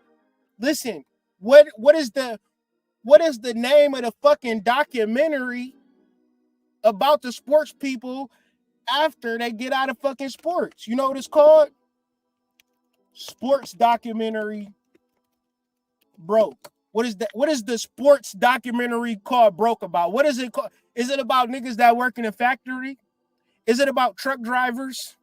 If I'm gonna watch a documentary called Broke, is it gonna be about people that work at Wendy's?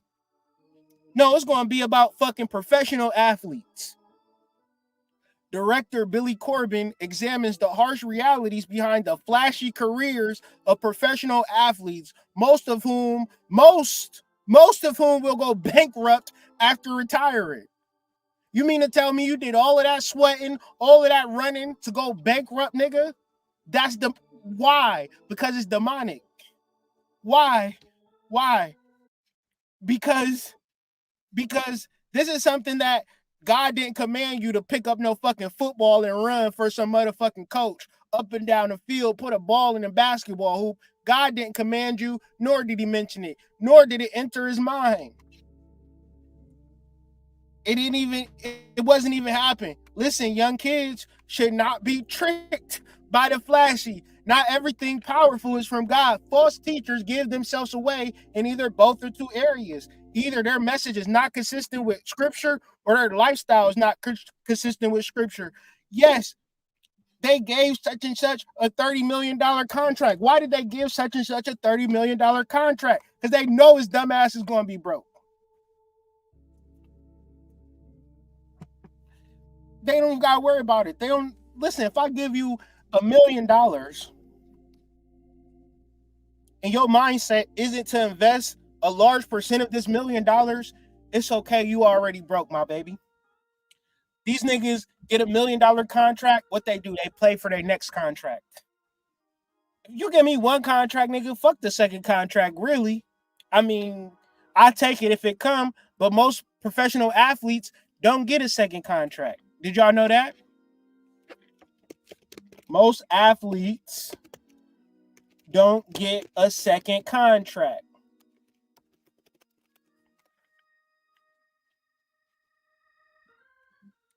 Yes, many athletes don't get a second contract with the team that drafted them. Only 44% of first-round NFL draft picks from 2011 to 2020 signed a contract with the team that drafted them. 44%. So you get one contract, they kick you off the team, and you spent your whole life trying to get there. Imagine what it must feel like to be the fucking athlete. Imagine what it feels like to be the athlete. We talking about it, but imagine putting your whole life on the line just to get kicked to the curb.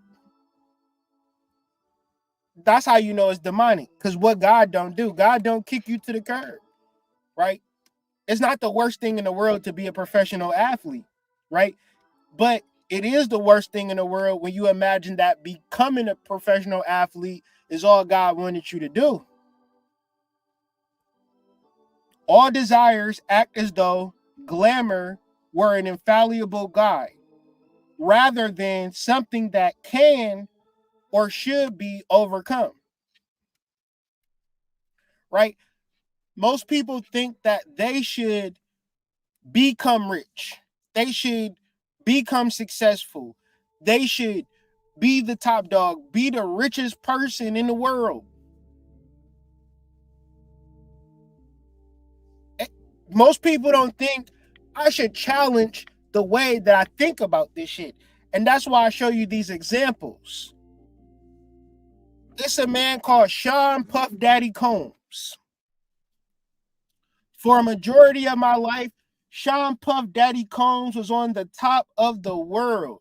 He was rich. He was successful. He had companies. He was a mogul. He was an artist. He was a dancer. He was a ladies' man.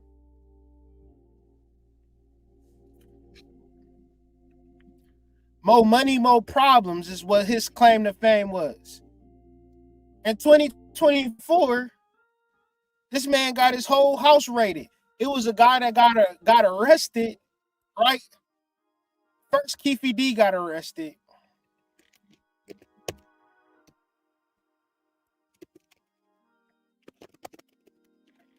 Keefe D got arrested, right? This is all on Vlad. Like, all you got to do is watch Vlad TV. Dwayne Keefe D. Davis have been denied bail since he was first arrested and charged with the murder in September in connection with the killing of Tupac Shakur 27 years prior, because there is no, I forget the word, but it could be 50 years later. If you kill somebody, you can get charged for that, right? But Keefe D was already on Vlad TV, right? I'm not gonna show the video, but this man been already on Vlad TV saying he was in the car when Tupac got killed. This man already on Vlad TV saying, yeah, Puff Daddy paid us to kill Tupac, but we didn't get the money because this man, Zip,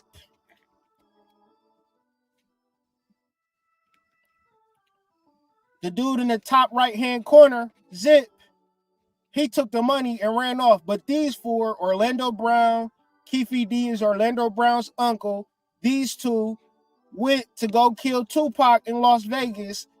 Zip was the middleman connected to the South Side, and Zip used to be in New York, right? In New York, put the play down to kill Tupac. Now, all of this is like hearsay. But what's not hearsay is that Keefe D got arrested, right? His trial begins on June 3rd, scheduled. Should have been already started, but he got arrested this year. After he got arrested, what nobody connected was that Diddy's houses was raided by federal authorities. And this is how you know things is demonic. Because if God is in your life, the feds don't raid your home after being a millionaire. See, what demons do, they put you up on a high pedestal. They give you everything you think you want, and they give you all of the success. They give you everything, and they say, who could be against you? Like, who is better than you? You the best nigga in the whole entire world. So in the average mind of the average black person, they don't think, man, I need to fight against this shit. I need to go away from this shit. They like, man, I got to get some more hoes. I got to get some more money. Now you be a nigga looking like this on your Instagram live asking for forgiveness. The whole world went against Diddy.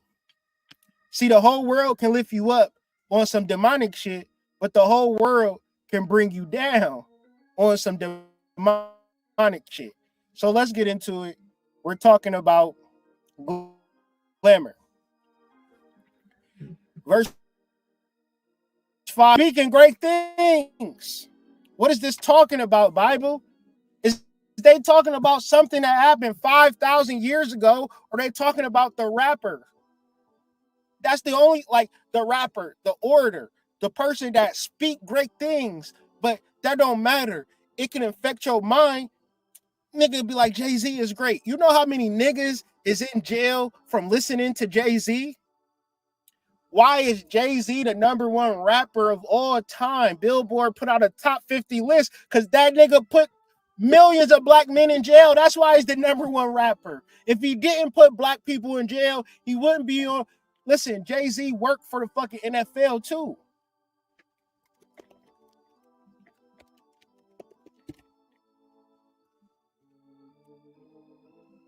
Through Kraft's efforts, Jay-Z and his company, Roc Nation, got involved with NFL Commissioner Roger Goodell, eventually inking a 5-year, $25 million deal with the league at revamping the Super Bowl halftime show. So Jay-Z is in control of the Super Bowl, but this is hip hop. This is also somebody that in the Bible, right, is somebody who speaks great things and blasphemies. Oh my God. What am I talking about? What am I talking about? I gotta find a goddamn tab. I got a million tabs open, but give me a second. I'm gonna find it. I'm gonna find it, niggas.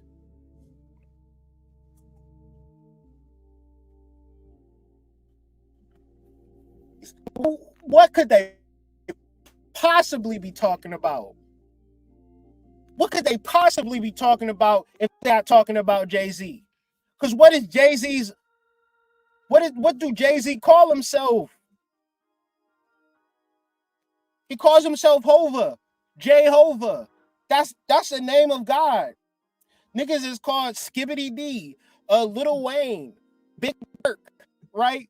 That, you know, all of these particular names. This nigga Jay-Z says, no, my name is Jehovah. Jehovah. I'm the God of rap. If that's not a blasphemy, if that's not, I don't even know what a blasphemy is. Like, well, the Bible be, you know, it be talking in codes. You got to know your numerology to study the Bible. You got to be really deep. And you got to be a theologian, study under the Vatican. That just means to me, you don't want to bear witness of what's exactly taking it.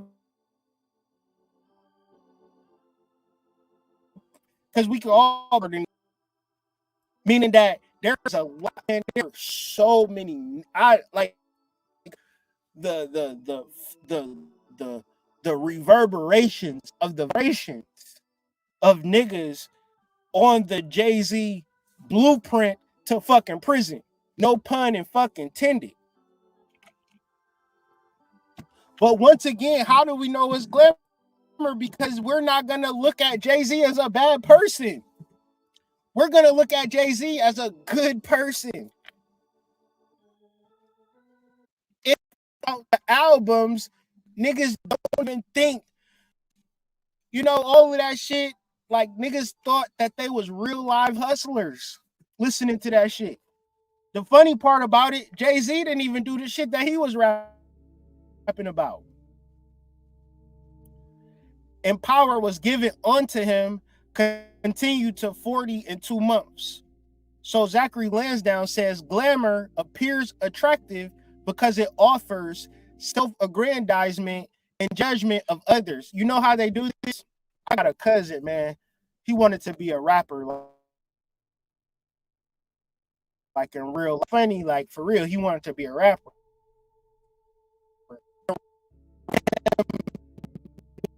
A rapper and wanting to be a rapper, he had to get a literal, what is called a rapper kit.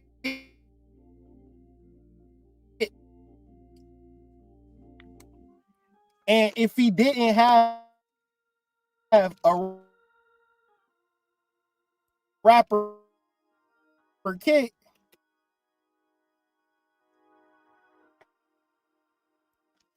he felt like he could. So about 2 or 3 years, he was just really just writing and rapping and like work rapper kid is.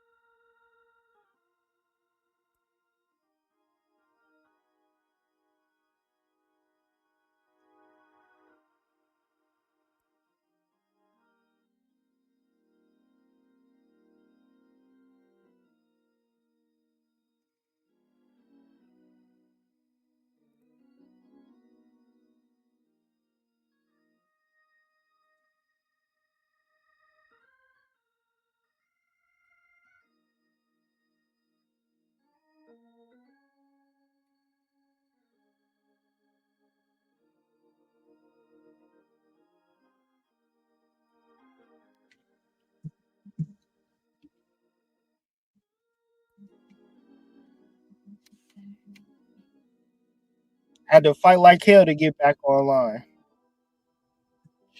Had to fight like hell to get back online, and I wonder why.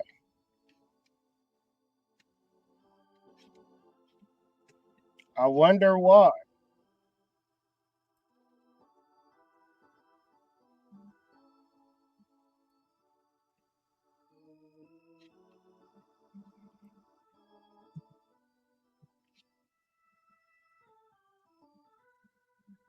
One's in the chat if y'all can hear me okay.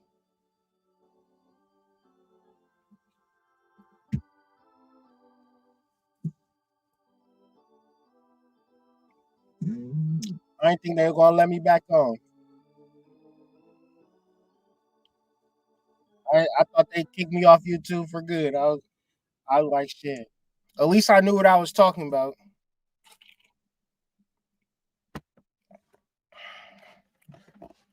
So let's just say this.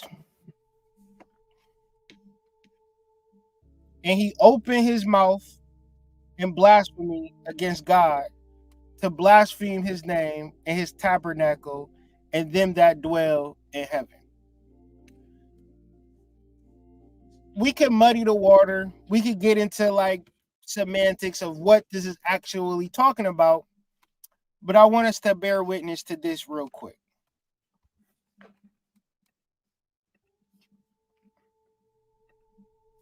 This right here is the Michael Rubin party.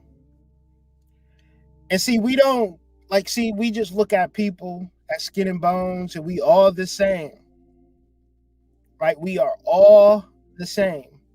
But it's not really like that. See, if we can't be able to pinpoint the demonic energy and the demonic entity under the meat suit, then we ain't gonna really know shit. You're gonna fall in love with somebody not even knowing it's a full demon because maybe you don't believe in demons because you don't see it. But you got to understand the correlation. The correlation is simple. Athletes and entertainers, right? Because these are the people that people are paying attention to. These are the people that are on the stage. These are the people that people are watching.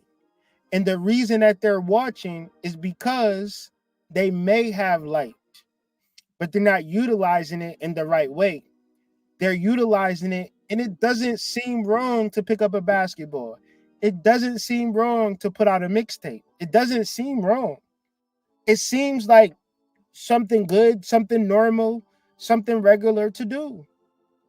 It doesn't seem wrong to watch pornography because it's free.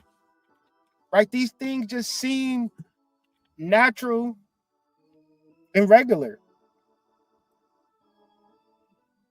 However, when you look beneath the surface, you start to see that this thing is very demonic and very twisted and very distorted. Their ability to have people care about the WNBA is not based upon skill. It's not based on X's and O's. It's based upon specific demonic rituals, sex rituals, bringing life into existence, hormone therapy, things of that nature. Whether you believe it or not, the ways for which they control what you pay attention to and what you don't pay attention to in this secular world is due to their power to blaspheme, through their power to use words, through their powers of influence. And influence is real, right? It is a very real thing. Now, we might not care about Michael Rubin's party, his all-white party that he have every summer, right? But people in sports care about it, and people in music care about it. And that's very key. We should all pay attention to that, right? And see how that all plays out. Everybody that goes to his parties, we should see, what their year looks like. That, the Met Gala, the award shows, these are all demonic energy displays. Places where in Jeremiah 19, where it says they have built high places of Baal to burn their children in the fire as offerings to Baal. These are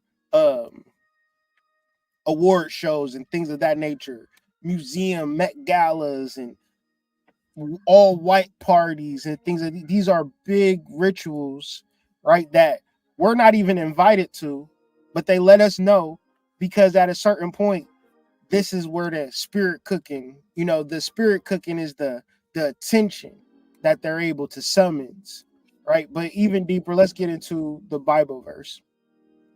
Chapter 5.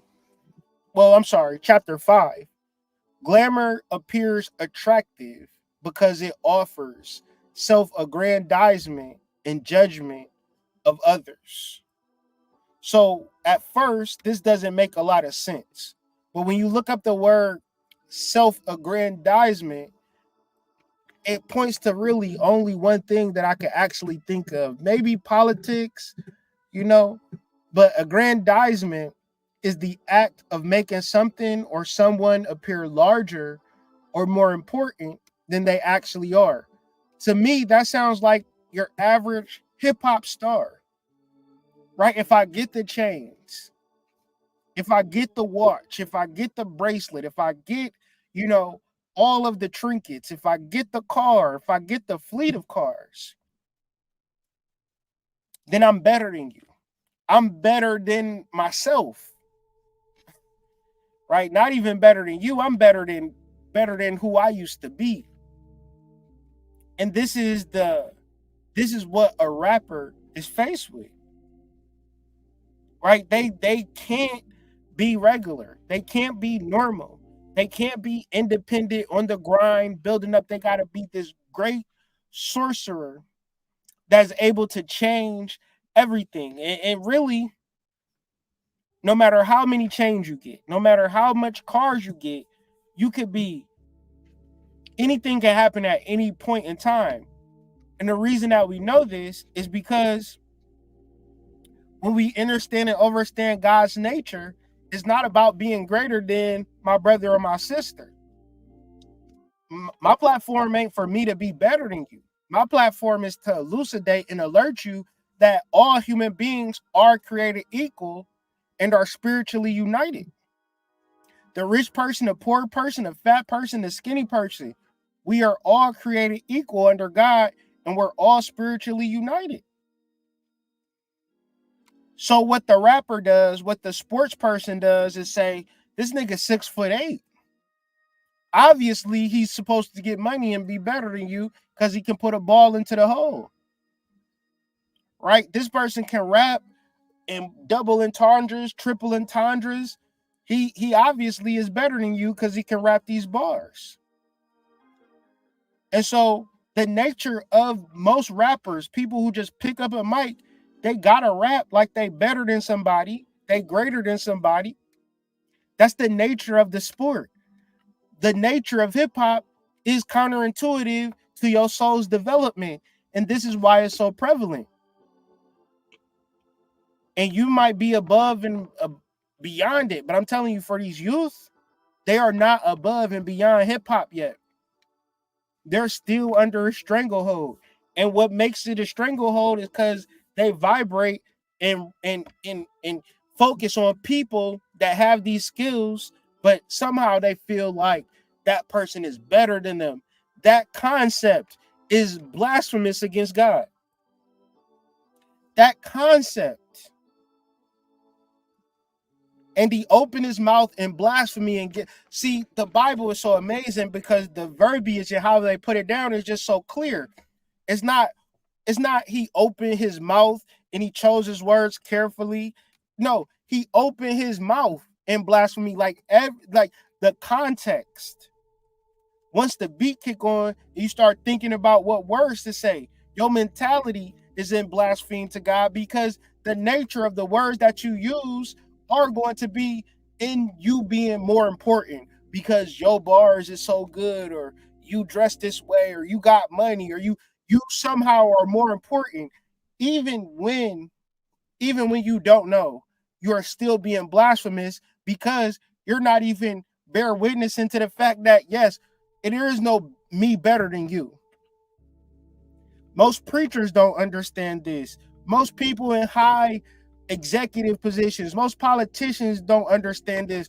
most people who could change the world right now, if most people understood this concept, the world would be changed in an instant, because all human beings are created equal. All human beings are spiritually united. See, this is the truth. This is where your heart is centered at.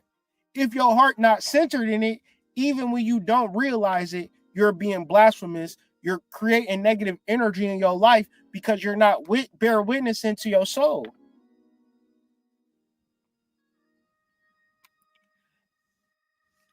And he opened his mouth in blasphemy against God to blaspheme his name and his tabernacle that he dwell in heaven. And it was given unto him to make a war. So when you talk about hip hop, the thing about hip hop is it's all about fighting. In 2024, we had a resurgence of hip hop. See, hip hop was dying until something called a Kendrick versus Lamar beef happened. Now, if this wasn't demonic, if hip hop wasn't demonic at its core, then Drake and Kendrick Lamar would have put out a collab album called Best of Both Worlds, right? See, why does Kendrick Lamar and Friends, where everybody in LA come together to rap, right? Why can't it be everybody on the planet come together and rap? Why is the nature of hip hop so competitive? You can't just say because it's music, because Brandy and fucking Aretha Franklin don't have a diss record out. Luther Vandross and Alexander O'Neal, you know, they don't got, you know, back and forth records that we could examine and say, man, who you think is better, Luther Vandross or Alexander O'Neal? So it have nothing to do with music. If we look at hip hop, and from Chicago to Florida to New York to California, these people can't get along. They have to fight each other. They have to beef. They have to talk shit. They have to be the number one rapper. Then that means that the root of it, the system of it, is demonic. It have nothing to do with music.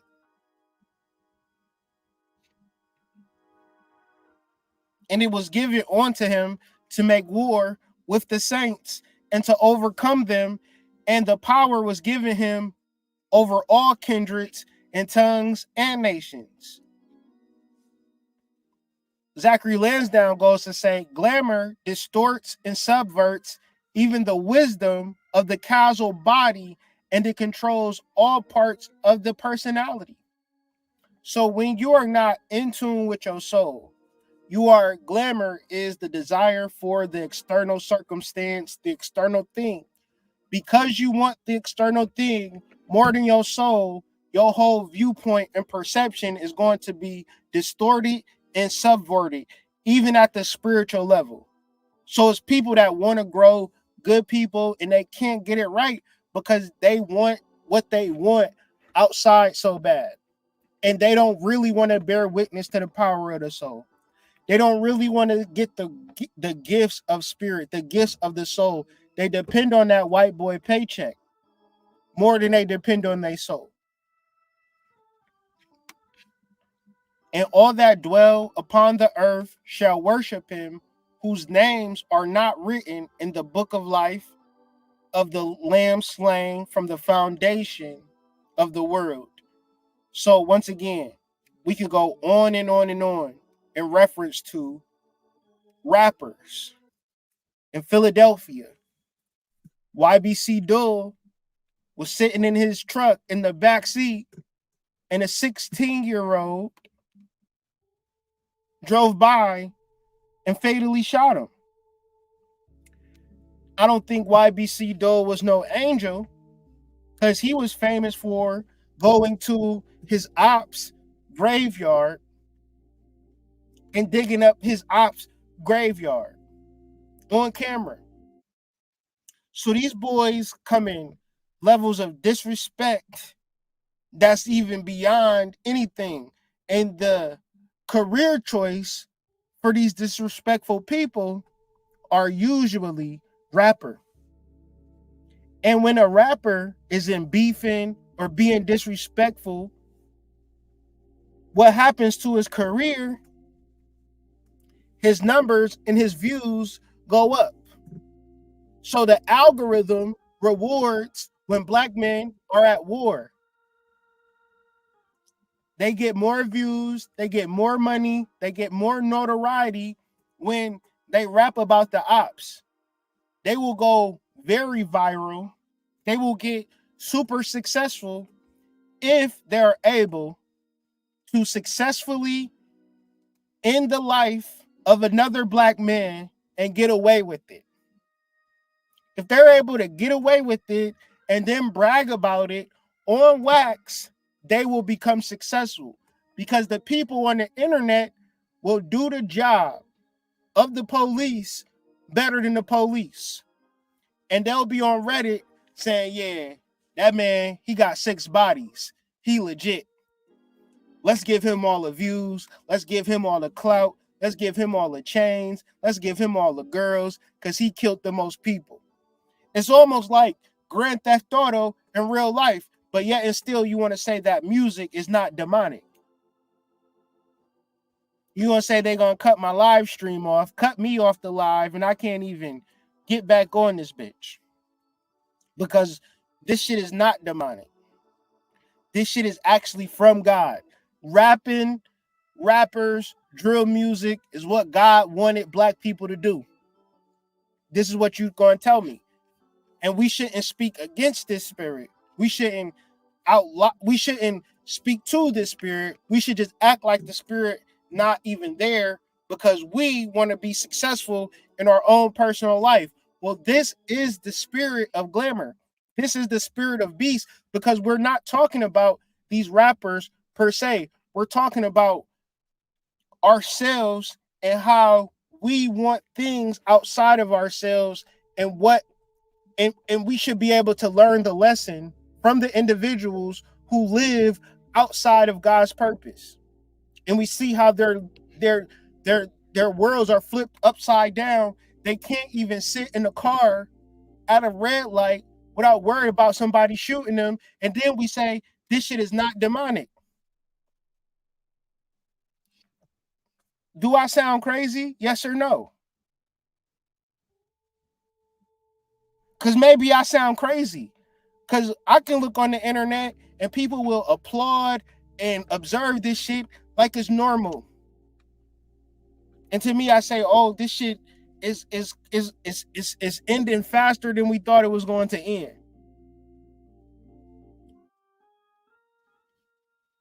And when chapter 8 says, and all that dwell upon the earth shall worship him, whose names are not written in the book of life of the Lamb slain from the foundation of the world, are we meaning to say that this is not our young black men that are getting slain from the foundation of the world? They're getting their lives taken away from them for clout, for chains, for money, for notoriety, to go viral on fucking YouTube. Niggas is risking their lives for a system that 20 years ago didn't even exist. And now it's not demonic. We shouldn't talk about it. We should just focus on what's important to us. See, feelings are based on a belief that are inconsistent with divine ideas. So all feelings of identification with the physical body pay homage to glamour. So when Lotto, who's trying to make her way in the music game, which she first started off, rapping for a television show. Lotto television show. the rap game, and her name was Miss Mulatto. Right, when she was a very young girl, she was born in Columbus, Ohio. Okay, that's my old stomping grounds. She was in the rap game, and she was more of like a rapper girl. Like she was trying to put shit together. You know, more or less her aesthetic was anti-sex because she wanted to be the one that is in the music industry that's like, yeah, she cute, but she more, you know, rappity rapping. Not no more though. Now she's showing that ass. Now her raps is more of this pussy costs, right? Sugar honey iced tea, right? Showing that ass, putting that pussy on the glass, trying to let people know that she a sex symbol, right? These is rappers, because we supposed to be rapping, right? We supposed to be rapping, coming out with bars. I'm about to show y'all when they said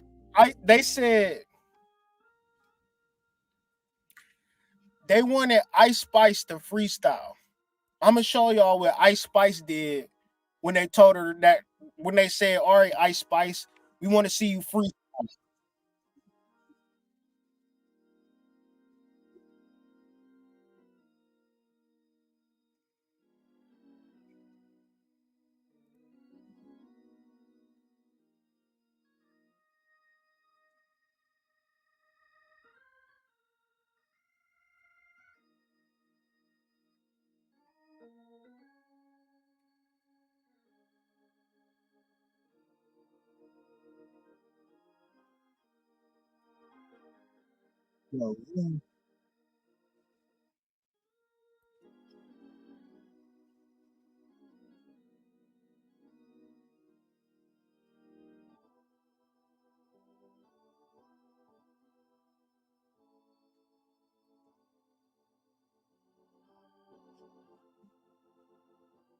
So when the Bible says all feelings of identification with the physical body pay homage to glamour, yet such feelings are based on beliefs that are inconsistent with divine ideas. What is this simply saying?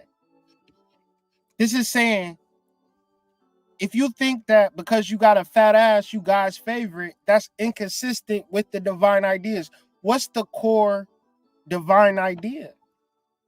The core divine idea is that we are all created in God's image, equal and spiritually united. Not if you got a fat ass, you God's favorite. Not if you got $1 million, you God's favorite. Not if you got a six pack or, you know, BBL body, whatever the case may be, you God's favorite. That's inconsistent with divine ideas, but hip hop makes that these things are just normal and normalized. Once again, going on, the soul can convey divine ideas to the aspirant, which is you, whoever's reading, but the aspirant or your beliefs, which are the foundations of your feelings, cause you to ignore or forget about the soul.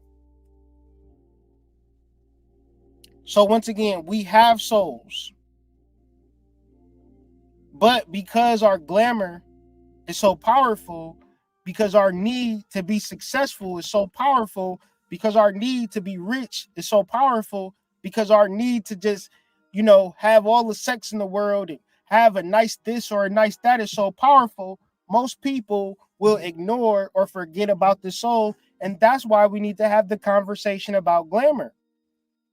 Because if we don't have the conversation about glamour, then we'll just continuously ignore or forget about the soul, because it's normalized to be in the energy of glamour, to want things externally. Therefore, you have to have a capacity to begin to understand what the soul is saying. So after verse 8, it goes into, if any man have an ear, let him hear. Meaning that you got to be able to have a form of intuition, look beneath the surface. And if you look beneath the surface of you, it's not to glorify the surface, it's to look beneath the surface, under the surface. And this is more of what we call occult studies, right? Getting into our soul.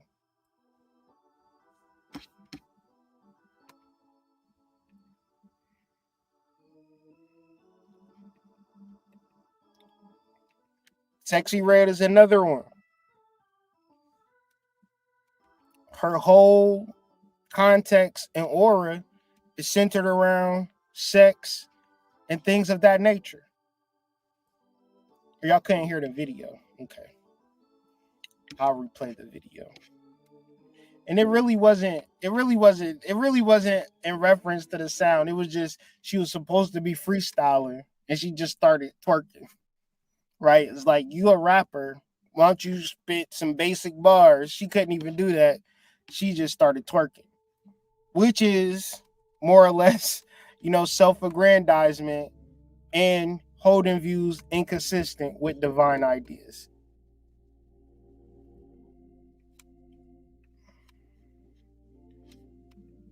So the concept, right? He that killeth with the sword must be killed with the sword. Meaning, like, live by the gun, die by the gun. And this is a lot of rappers' mythology, right? A lot of rappers really depend on the bang bang, shoot 'em up type of persona to sell records. But it's not ironic. It's not ironic that we talk about just in 2024, right? And these rappers didn't even talk about death or glorify death. It's just a part of the makeup of the system, right? And it's like, you're not supposed to be 39 years old and transitioning. You know what I'm saying? Like, you're not just supposed to just be dying instantly at 39 years old. But once again, it's okay. Like, this is controversial, but it's reality. It's okay to talk about telling girls to shake their ass, to have premarital sex, to just be fucking, right? It's like, this is B King. I love B King. But we also got to understand that at a certain point, enough is enough. At a certain point, maybe it's more to life than talking about girls shaking their ass.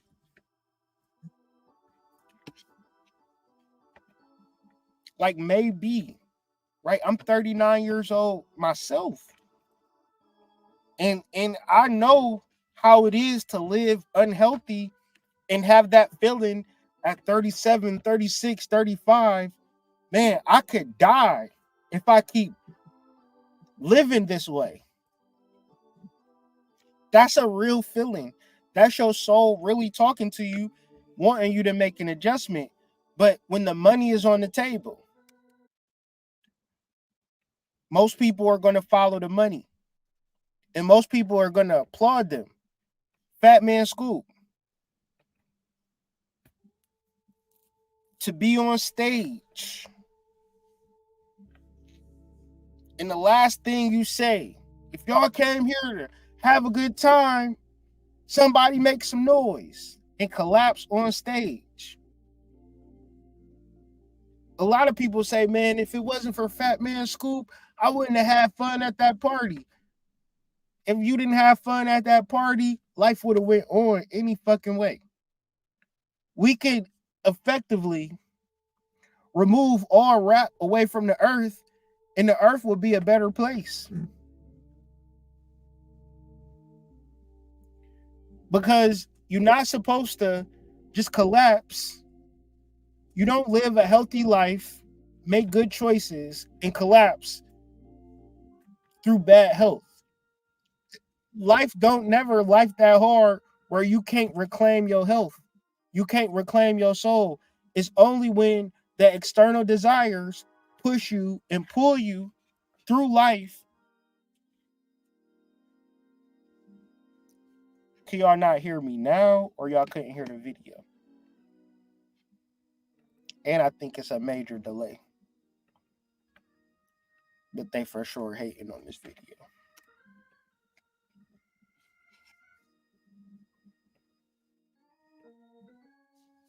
This is all in 2024. And if this was, rock and roll, niggas would have a whole town hall meeting. It's like, what's happening with our rock and roll artists? Why is 20 of them dying in a year? This is a particularly interesting person because this person is rumored to be a person that have over 10 bodies. And then before he could become famous, like he was on track to become famous, he was taken off the earth. So this tells me that God is not playing with these little niggas. Because it was a point in time, like for King Von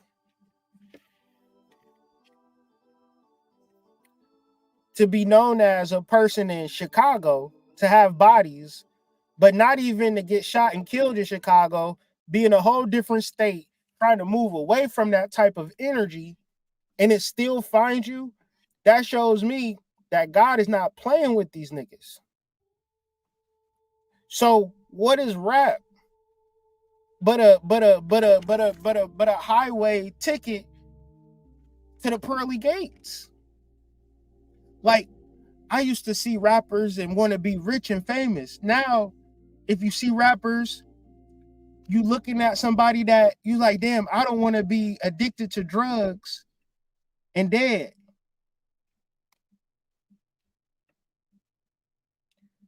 Like, I don't want to be addicted to rappers and lose my life before it's time.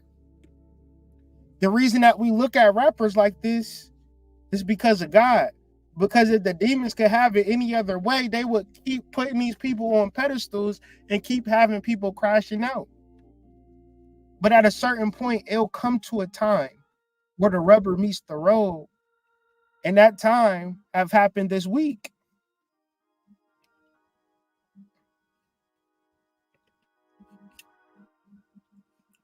About 4 days ago, September 4th, Young Thug was on trial. I'll just play the video.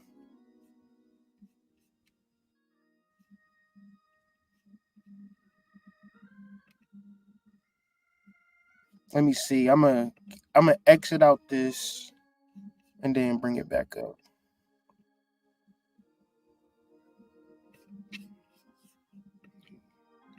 Stop sharing.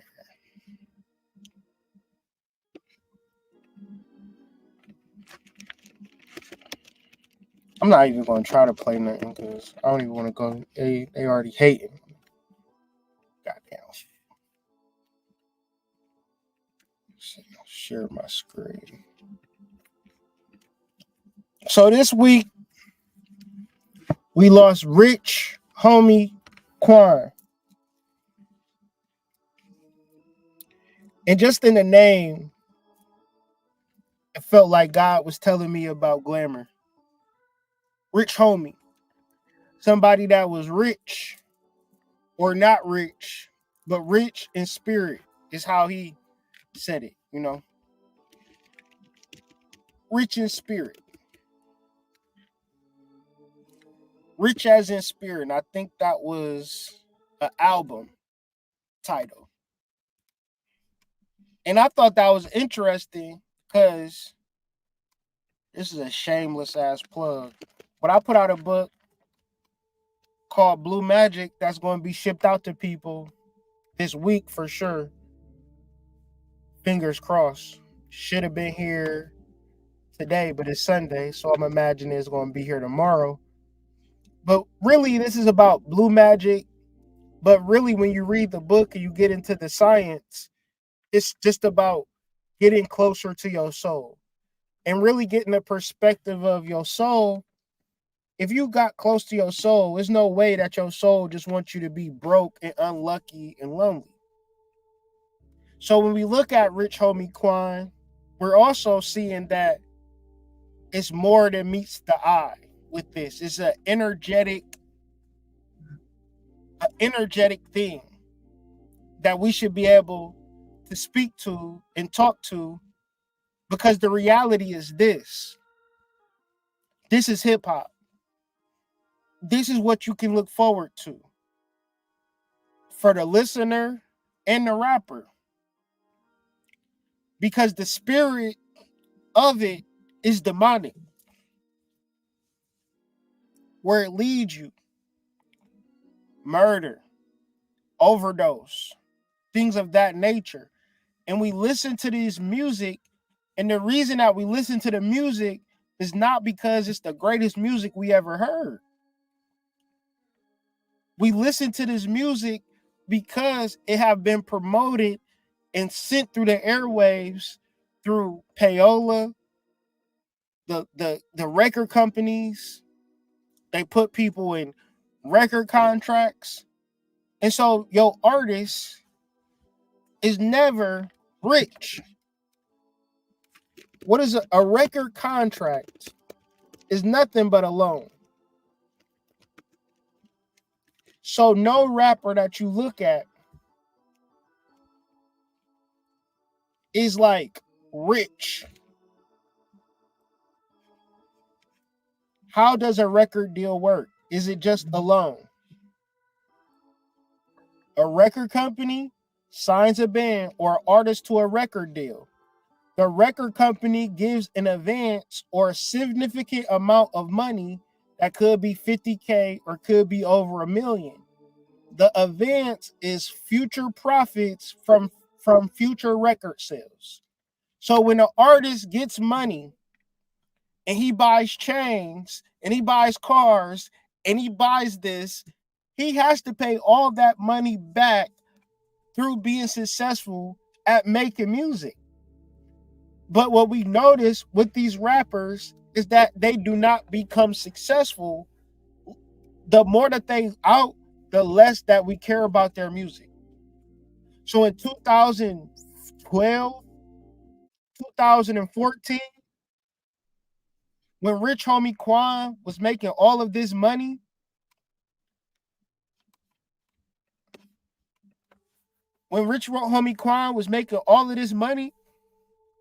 or we could hear his music everywhere, it's just like the sports league. Now, when you talk to a person who ever played professional sports, they might get paid a lot of money compared to what you getting paid, but what they got to pay for on a daily basis is coming out that paycheck, and they got to pay for other people. So they need that second contract. They need to play CFL football. They need to go overseas and play basketball somewhere because they need the money, right? It's almost like, basketball players, right? They don't get paid that money in a lump sum, right? Basketball players get paid every 2 weeks.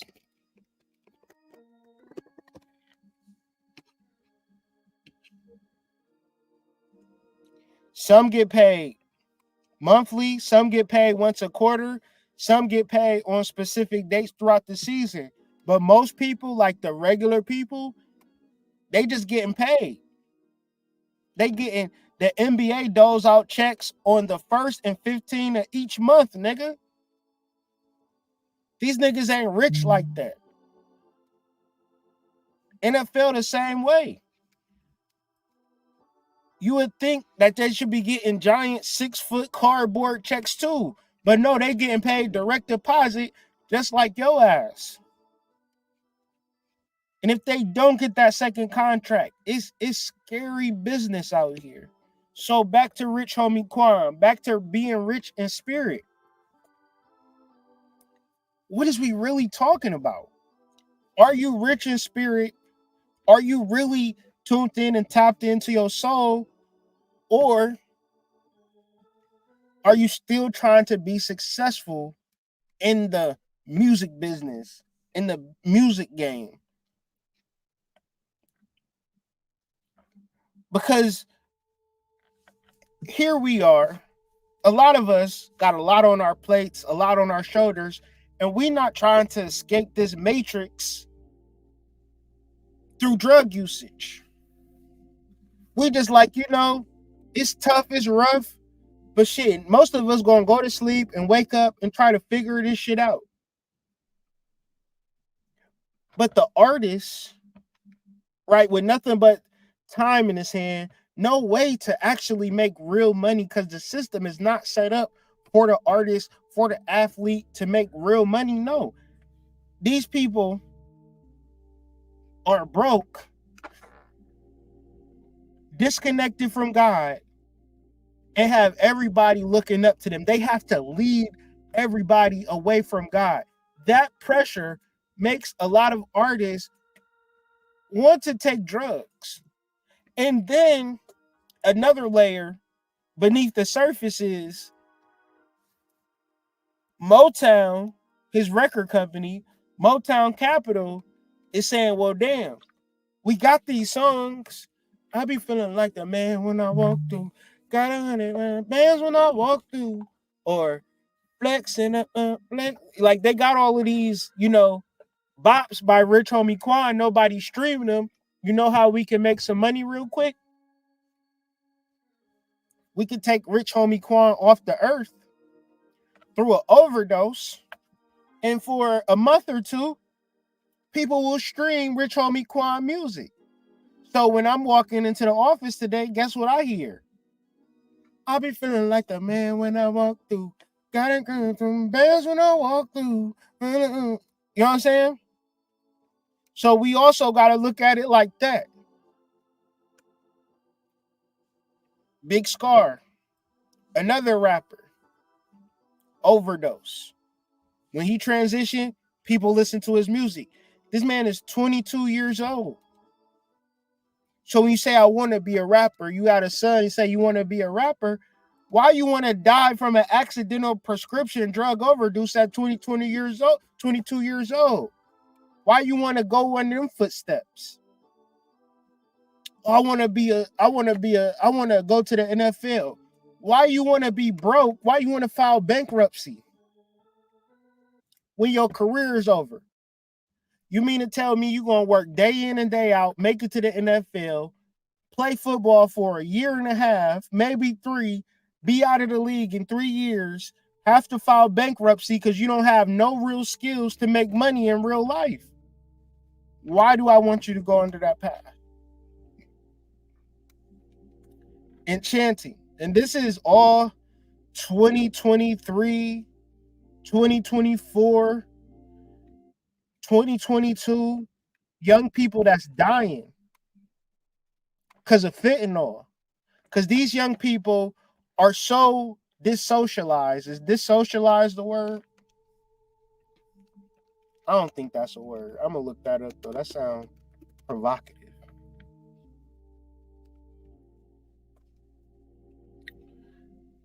Dissocialize is a verb to make someone dissocial. What's dissocial mean? I don't even know.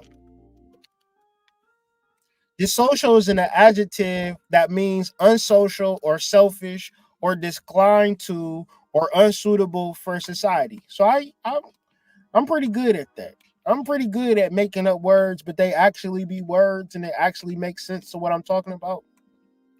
These young kids is so dissocialized that the only thing that makes them feel alive is drugs. Because of the music, because of the society where there is no real connection because of the internet. And there is a great study on opioids, rats, and society.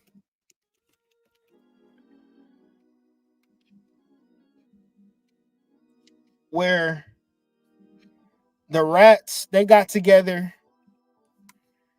and it's like when they had friends and family, like a bunch of rats around them, and they was having a good time with their rat friends.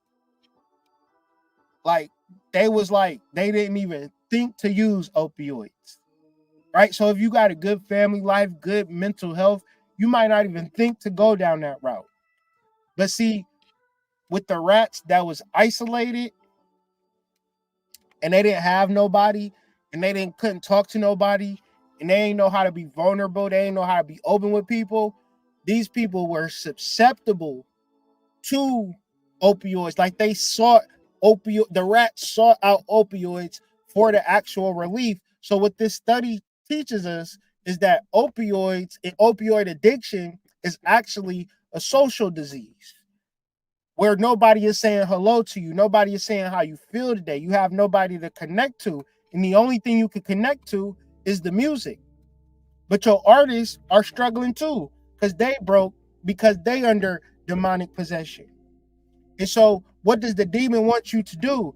The demon, Satan, and his soldier and his army, what is their purpose? What do demons want to do?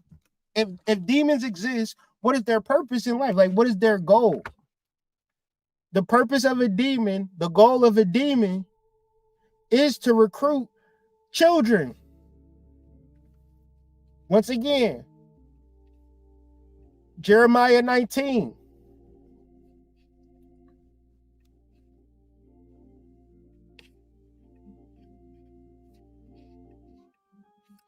They have built high places of Baal to burn their children in the fire as offerings to Baal, something that I did not command or mention, nor did it enter my mind. So beware, the days are coming, declares the Lord, where people no longer calls this place Topheth or the valley of Ben-Hinnom, but the valley of slaughter. Slaughter who? Slaughter children.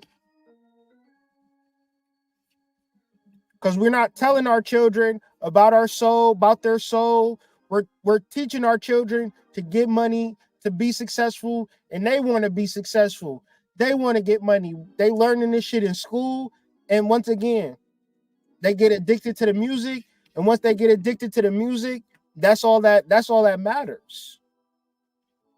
So people are falling left and right from this goddamn fentanyl. Mac Miller, great artist, connected to a lot of people, died at 26 years old. 26 years old is too early to die. You got way more living to do, especially for a millionaire successful artist. But it don't matter if you're a millionaire. It don't matter if you're successful. These things aren't something that we should be looking towards. We shouldn't be looking for. We should be looking for people who are sincerely connected to their soul. Because if we look at the people that's successful, we look at the people who, quote unquote, got all the money, what we all ultimately find out is that they have a tragic ending. So this is what we want for ourselves, a tragic ending.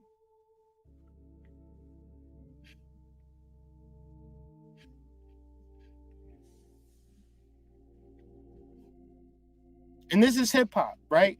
This all started with the Notorious B.I.G. and Tupac Shakur, and it just have exacerbated and went into a form of entropy that we see now, a form of straight pure chaos of what we see now. The good rappers, you don't even know where to find them. And if you do find a good rapper, you probably don't even want to listen to it because it's too positive. You probably want some negative shit. You probably want some goofy shit. And of course, Julio Fulio. Transition June 23rd, 2024. 26 years old. Too early for a young black man to be dead. Not something that we should be desensitized of. It's like a child being killed. When you was 26 to where you at now, the amount of maturing, the amount of ways that your life have changed from 26 to 32 is damn near astounding. It's called a Saturn return.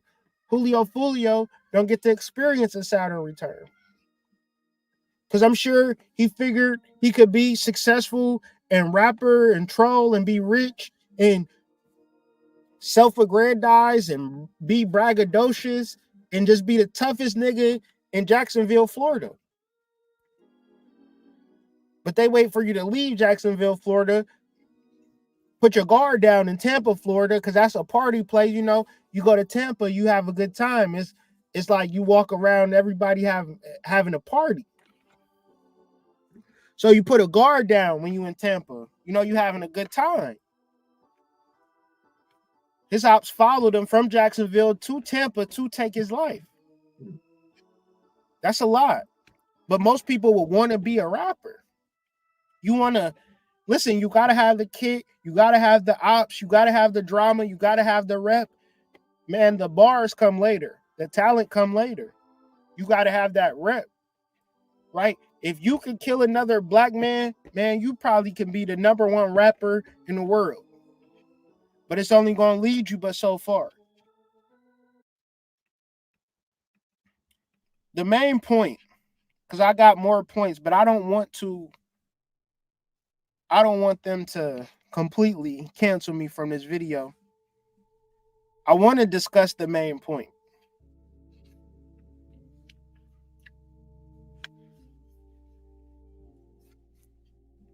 Let's do this. Let's do Revelation verse 18. No, chapter 13, verse 18.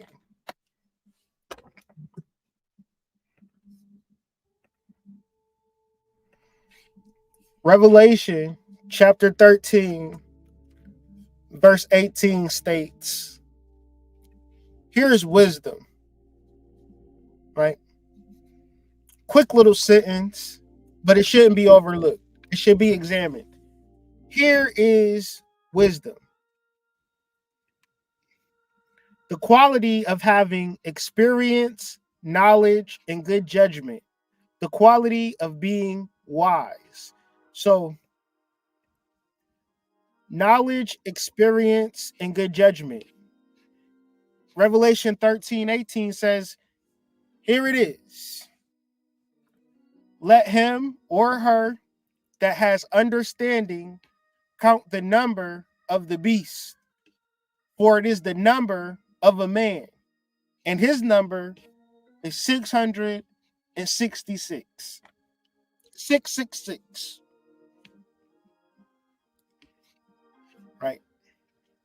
But when we understand what is etymology,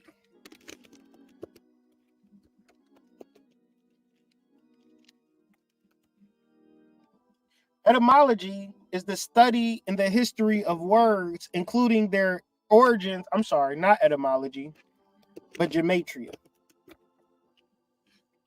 Gematria is a Kabbalistic method of interpreting the Hebrew scriptures by computing the numerical value of words based on those of the constituent letters.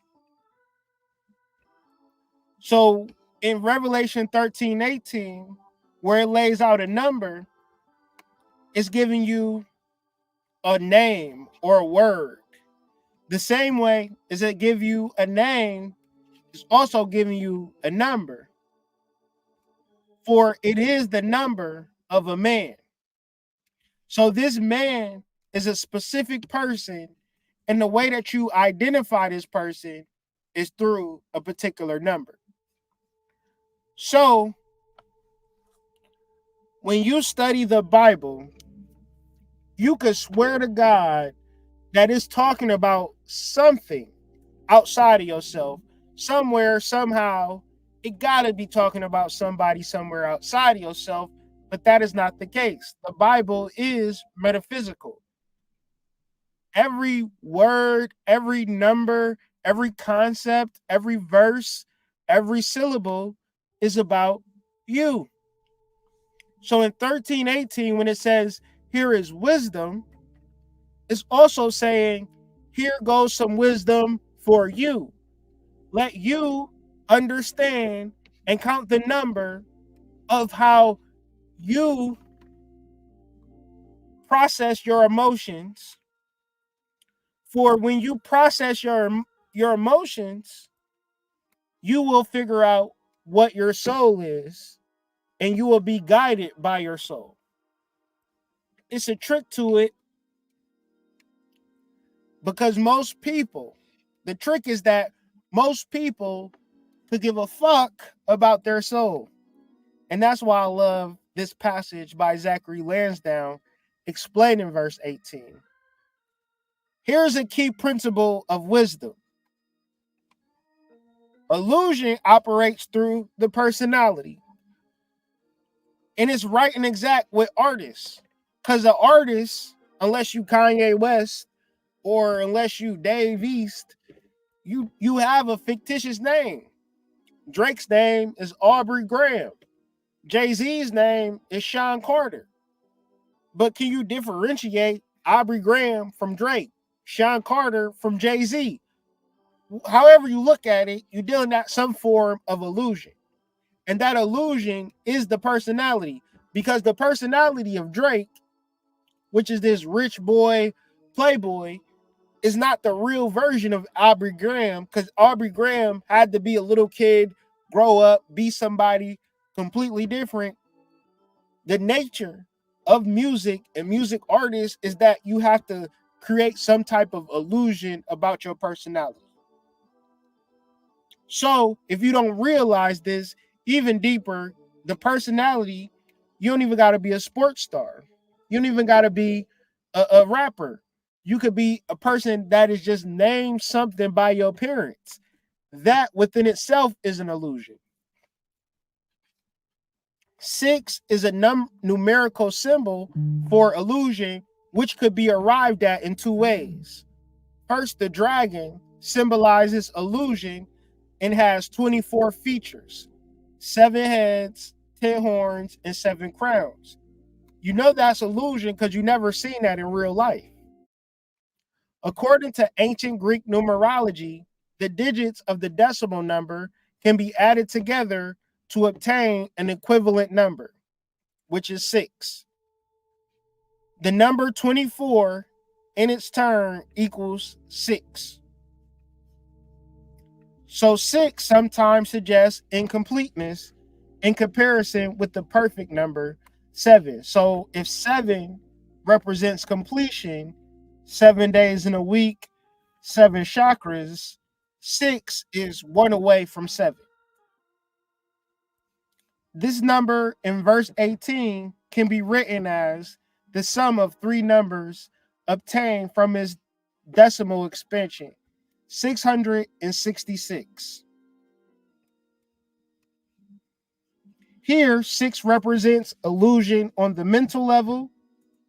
60 represents glamour. So 6 is 1 digit, 60 is another digit, and 600 is another digit. Each digit means something. So 6 in numerology represents illusion. 60 represents glamour, right? While 600 represents Maya. Putting them all together, this is the product of illusion, the desire generating process of the emotional body. If you don't recognize this within yourself, wipe everything off the table. If you don't recognize how your emotions are leading you in a way different from your soul, you will never think none the wiser. So 666 is the great illusion. The great illusion in its 3 forms: illusion, glamour, and Maya. So 666 just symbolized the great illusion. So what's the big deal? Why does it even matter? Let's go back to the verse to explain. If at a personality level, you operating under illusion, you think you the physical body, you think that you're the name, and whatever the name wants, whatever the physical body wants, you should just get it and not ask no questions. You don't need to meditate. You don't need to tune into your soul. You just follow your emotions. Well, that's an illusion. Even deeper, when you look at the persona or the personality, it means a mask. So what does this look like?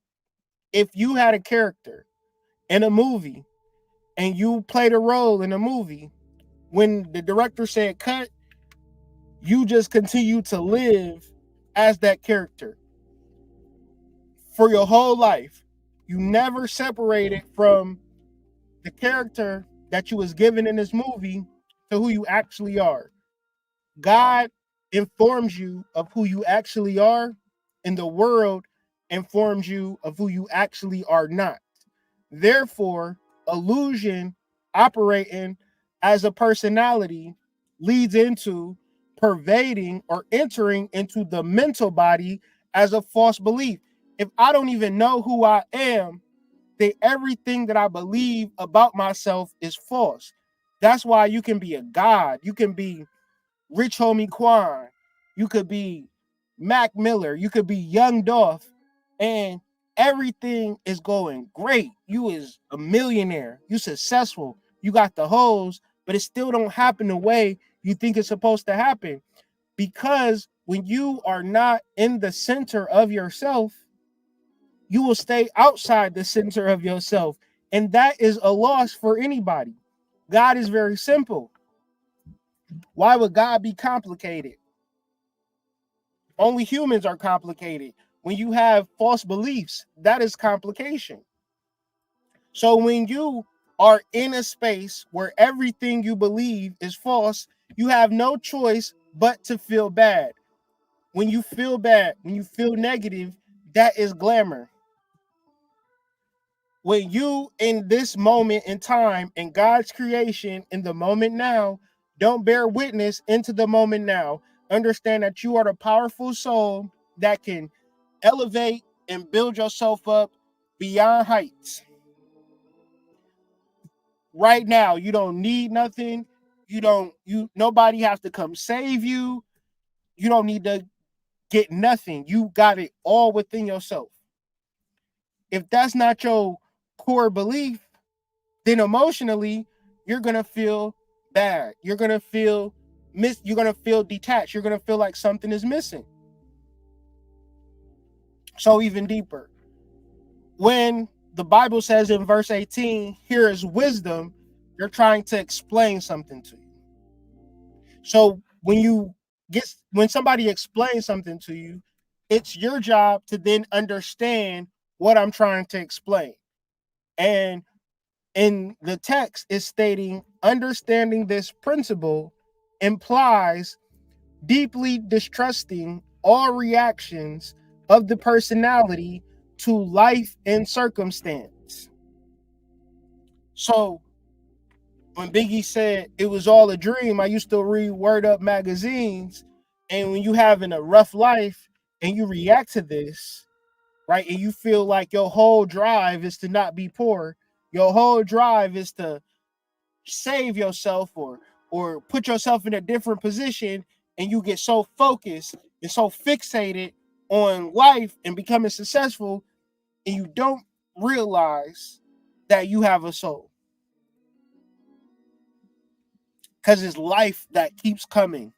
It's things that keep coming. So life and circumstances, most people, once again, they're not going to get it because life and circumstances are very ubiquitous. You're very much inundated with life and circumstances. I myself have to deal with life and circumstances. But at the same time, I still need to realize that within the space of me doing this video, which was 3 hours, my life and my circumstances have not been a factor. I've been looking at my kids, but they going to get some cookies right now. So other than that, I'm completely tuned in and tapped into the soul. I've made time separate from my life and circumstances. What's the point of that? Because illusion cannot even be recognized as illusion without the illumination of the soul. So most people don't even realize that they are not who they think they are. Most people don't realize that they're thinking incorrectly. Most people don't realize that there is no reason that you should feel bad. You ever known somebody to be sad and you told them, hey man, cheer up? One's in the chat if that don't work. When you know somebody that's depressed, one's in the chat if you feel like it ain't really shit that you could tell them to lift them up, lift their spirits up. Have you ever felt like, damn, I can't, there's nothing that I can do with this depressed ass motherfucker? When you feeling down, one's in the chat, is really nothing nobody can do to lift you up. You just got to sit in that funk. And motherfuckers would be like, man, is there anything I can help? No, I don't think so. I'm going to just stay in this fucking funk.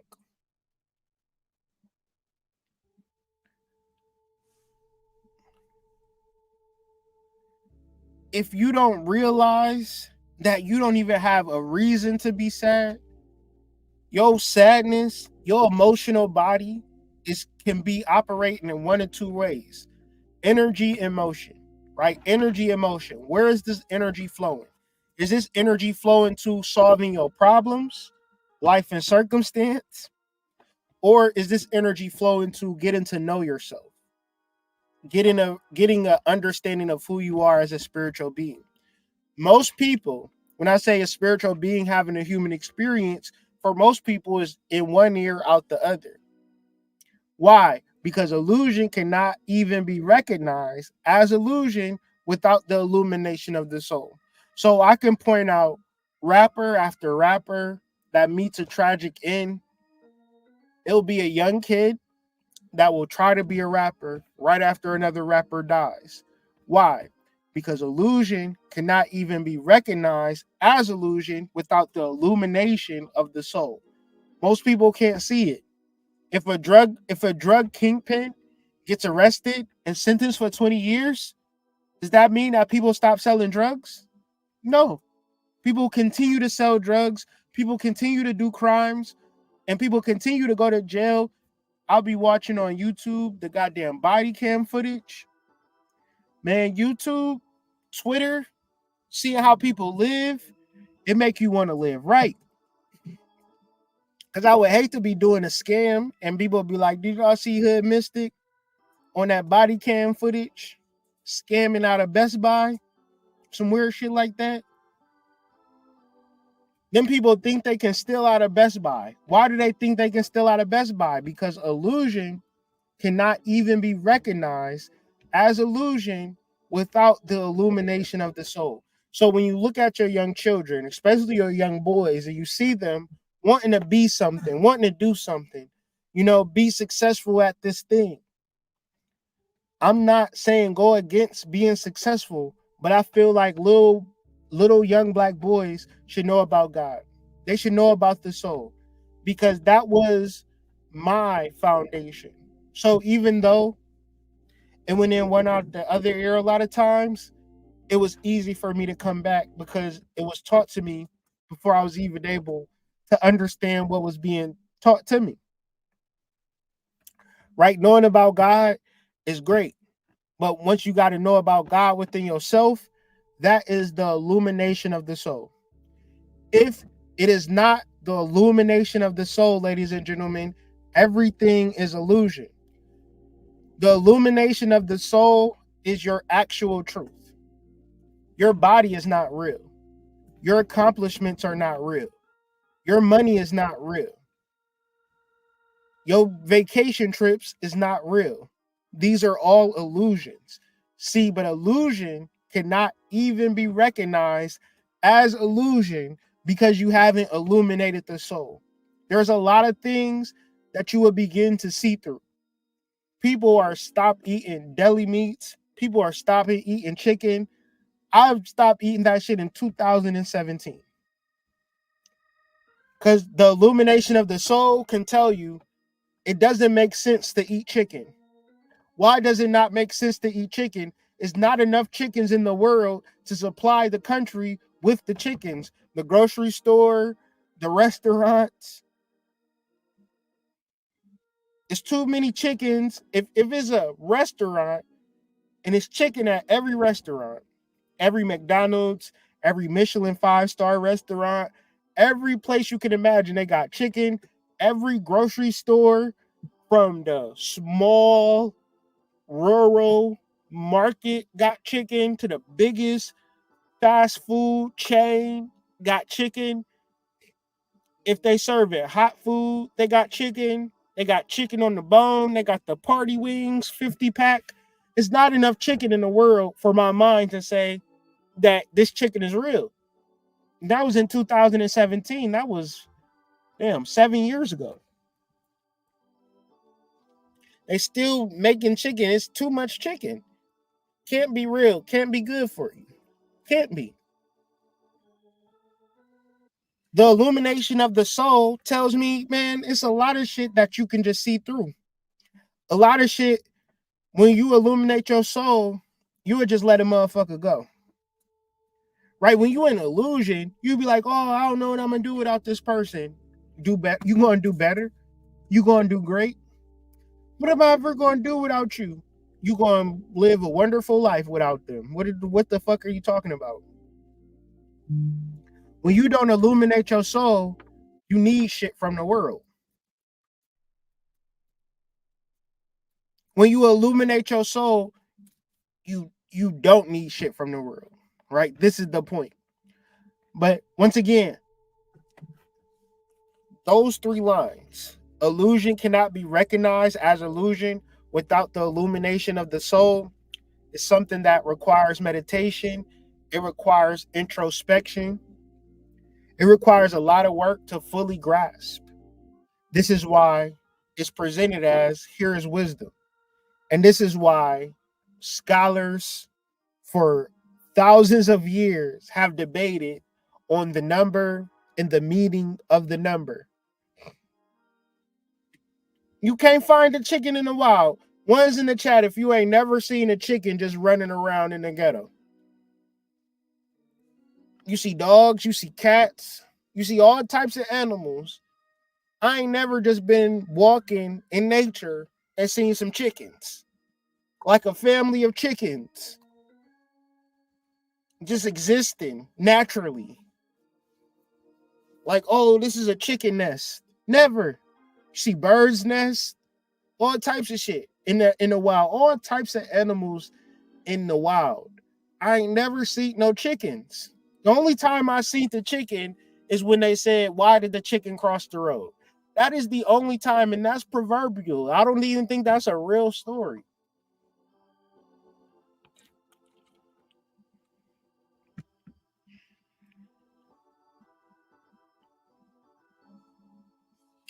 So with all of this being said, man, let me get back to life and circumstance. I do got more to talk about, so I'll just do more of like a part 2 tomorrow, and we'll deal with A Course in Miracles because I have some more notes. And I'll deal with all of these notes, probably create like a slideshow and pertaining to these notes, something a little bit more concise because it's more to build on top of this. So be sure to subscribe to the channel to get updates on when we go live again. Join the Discord, be a good place to keep in contact. But I want to look at A Course in Miracles because what they were talking about is impulses. And they're differentiating between physical impulses and miracle impulses, which is tied deeper into dealing with the soul and separating from the normal, natural way of life. And, you know, I'm just such a normal person and I'm such a regular person that I completely and utterly, with all of my soul, depend on the spiritual world for guidance and sustenance. So when I talk, I'm talking from that perspective. So with all of that being said, I hope that these conversations assist people with understanding their spiritual life, right? Because that's what all I'm trying to do. And the difference between me is that, like, I don't work a full-time job and then start talking about spirituality as like a hobby. This is my full-time job. And the way that spirit works is that you never know where it's going to come from. I don't expect spirit to bless me directly from this video, because it really don't work like that. But it just might be something good happening with people that I know, or somebody might call me, or or I just might get a sale with my business or something like that, you know. But I live my life in such a way that I want, I want, I desire for God, source, whatever you want to call it, to use me as a vessel, to use me as a vehicle for his word for the rest of my life until I die. I just pray to be used by God, right? I just want to be an instrument that plays God's music, right? And whatever results I get from that, I'm willing to live with. And like I said, I've been living this way, specifically this way, for a while, and people love you, people leave you, right? People like you, people hate you, but I'm okay with it. Because as I stated earlier, illusion cannot even be recognized as illusion without the illumination of the soul. Stay tuned for part 2 tomorrow as we deal with some A Course in Miracles stuff. Be sure to like the video, comment anything on the video. I'm sorry for the delay that took place, but we'll get some things sorted out and straightened out. And I'll be back with another video tomorrow. I hope this was informative. Hope this was inspirational and allowed you to get closer to your soul. But until we meet again, I will see you on the flip side. You are traveling with the Hood Mystic.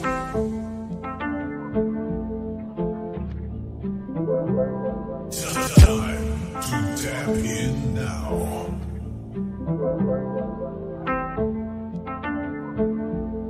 You are now tapped in with the Hood Mystic.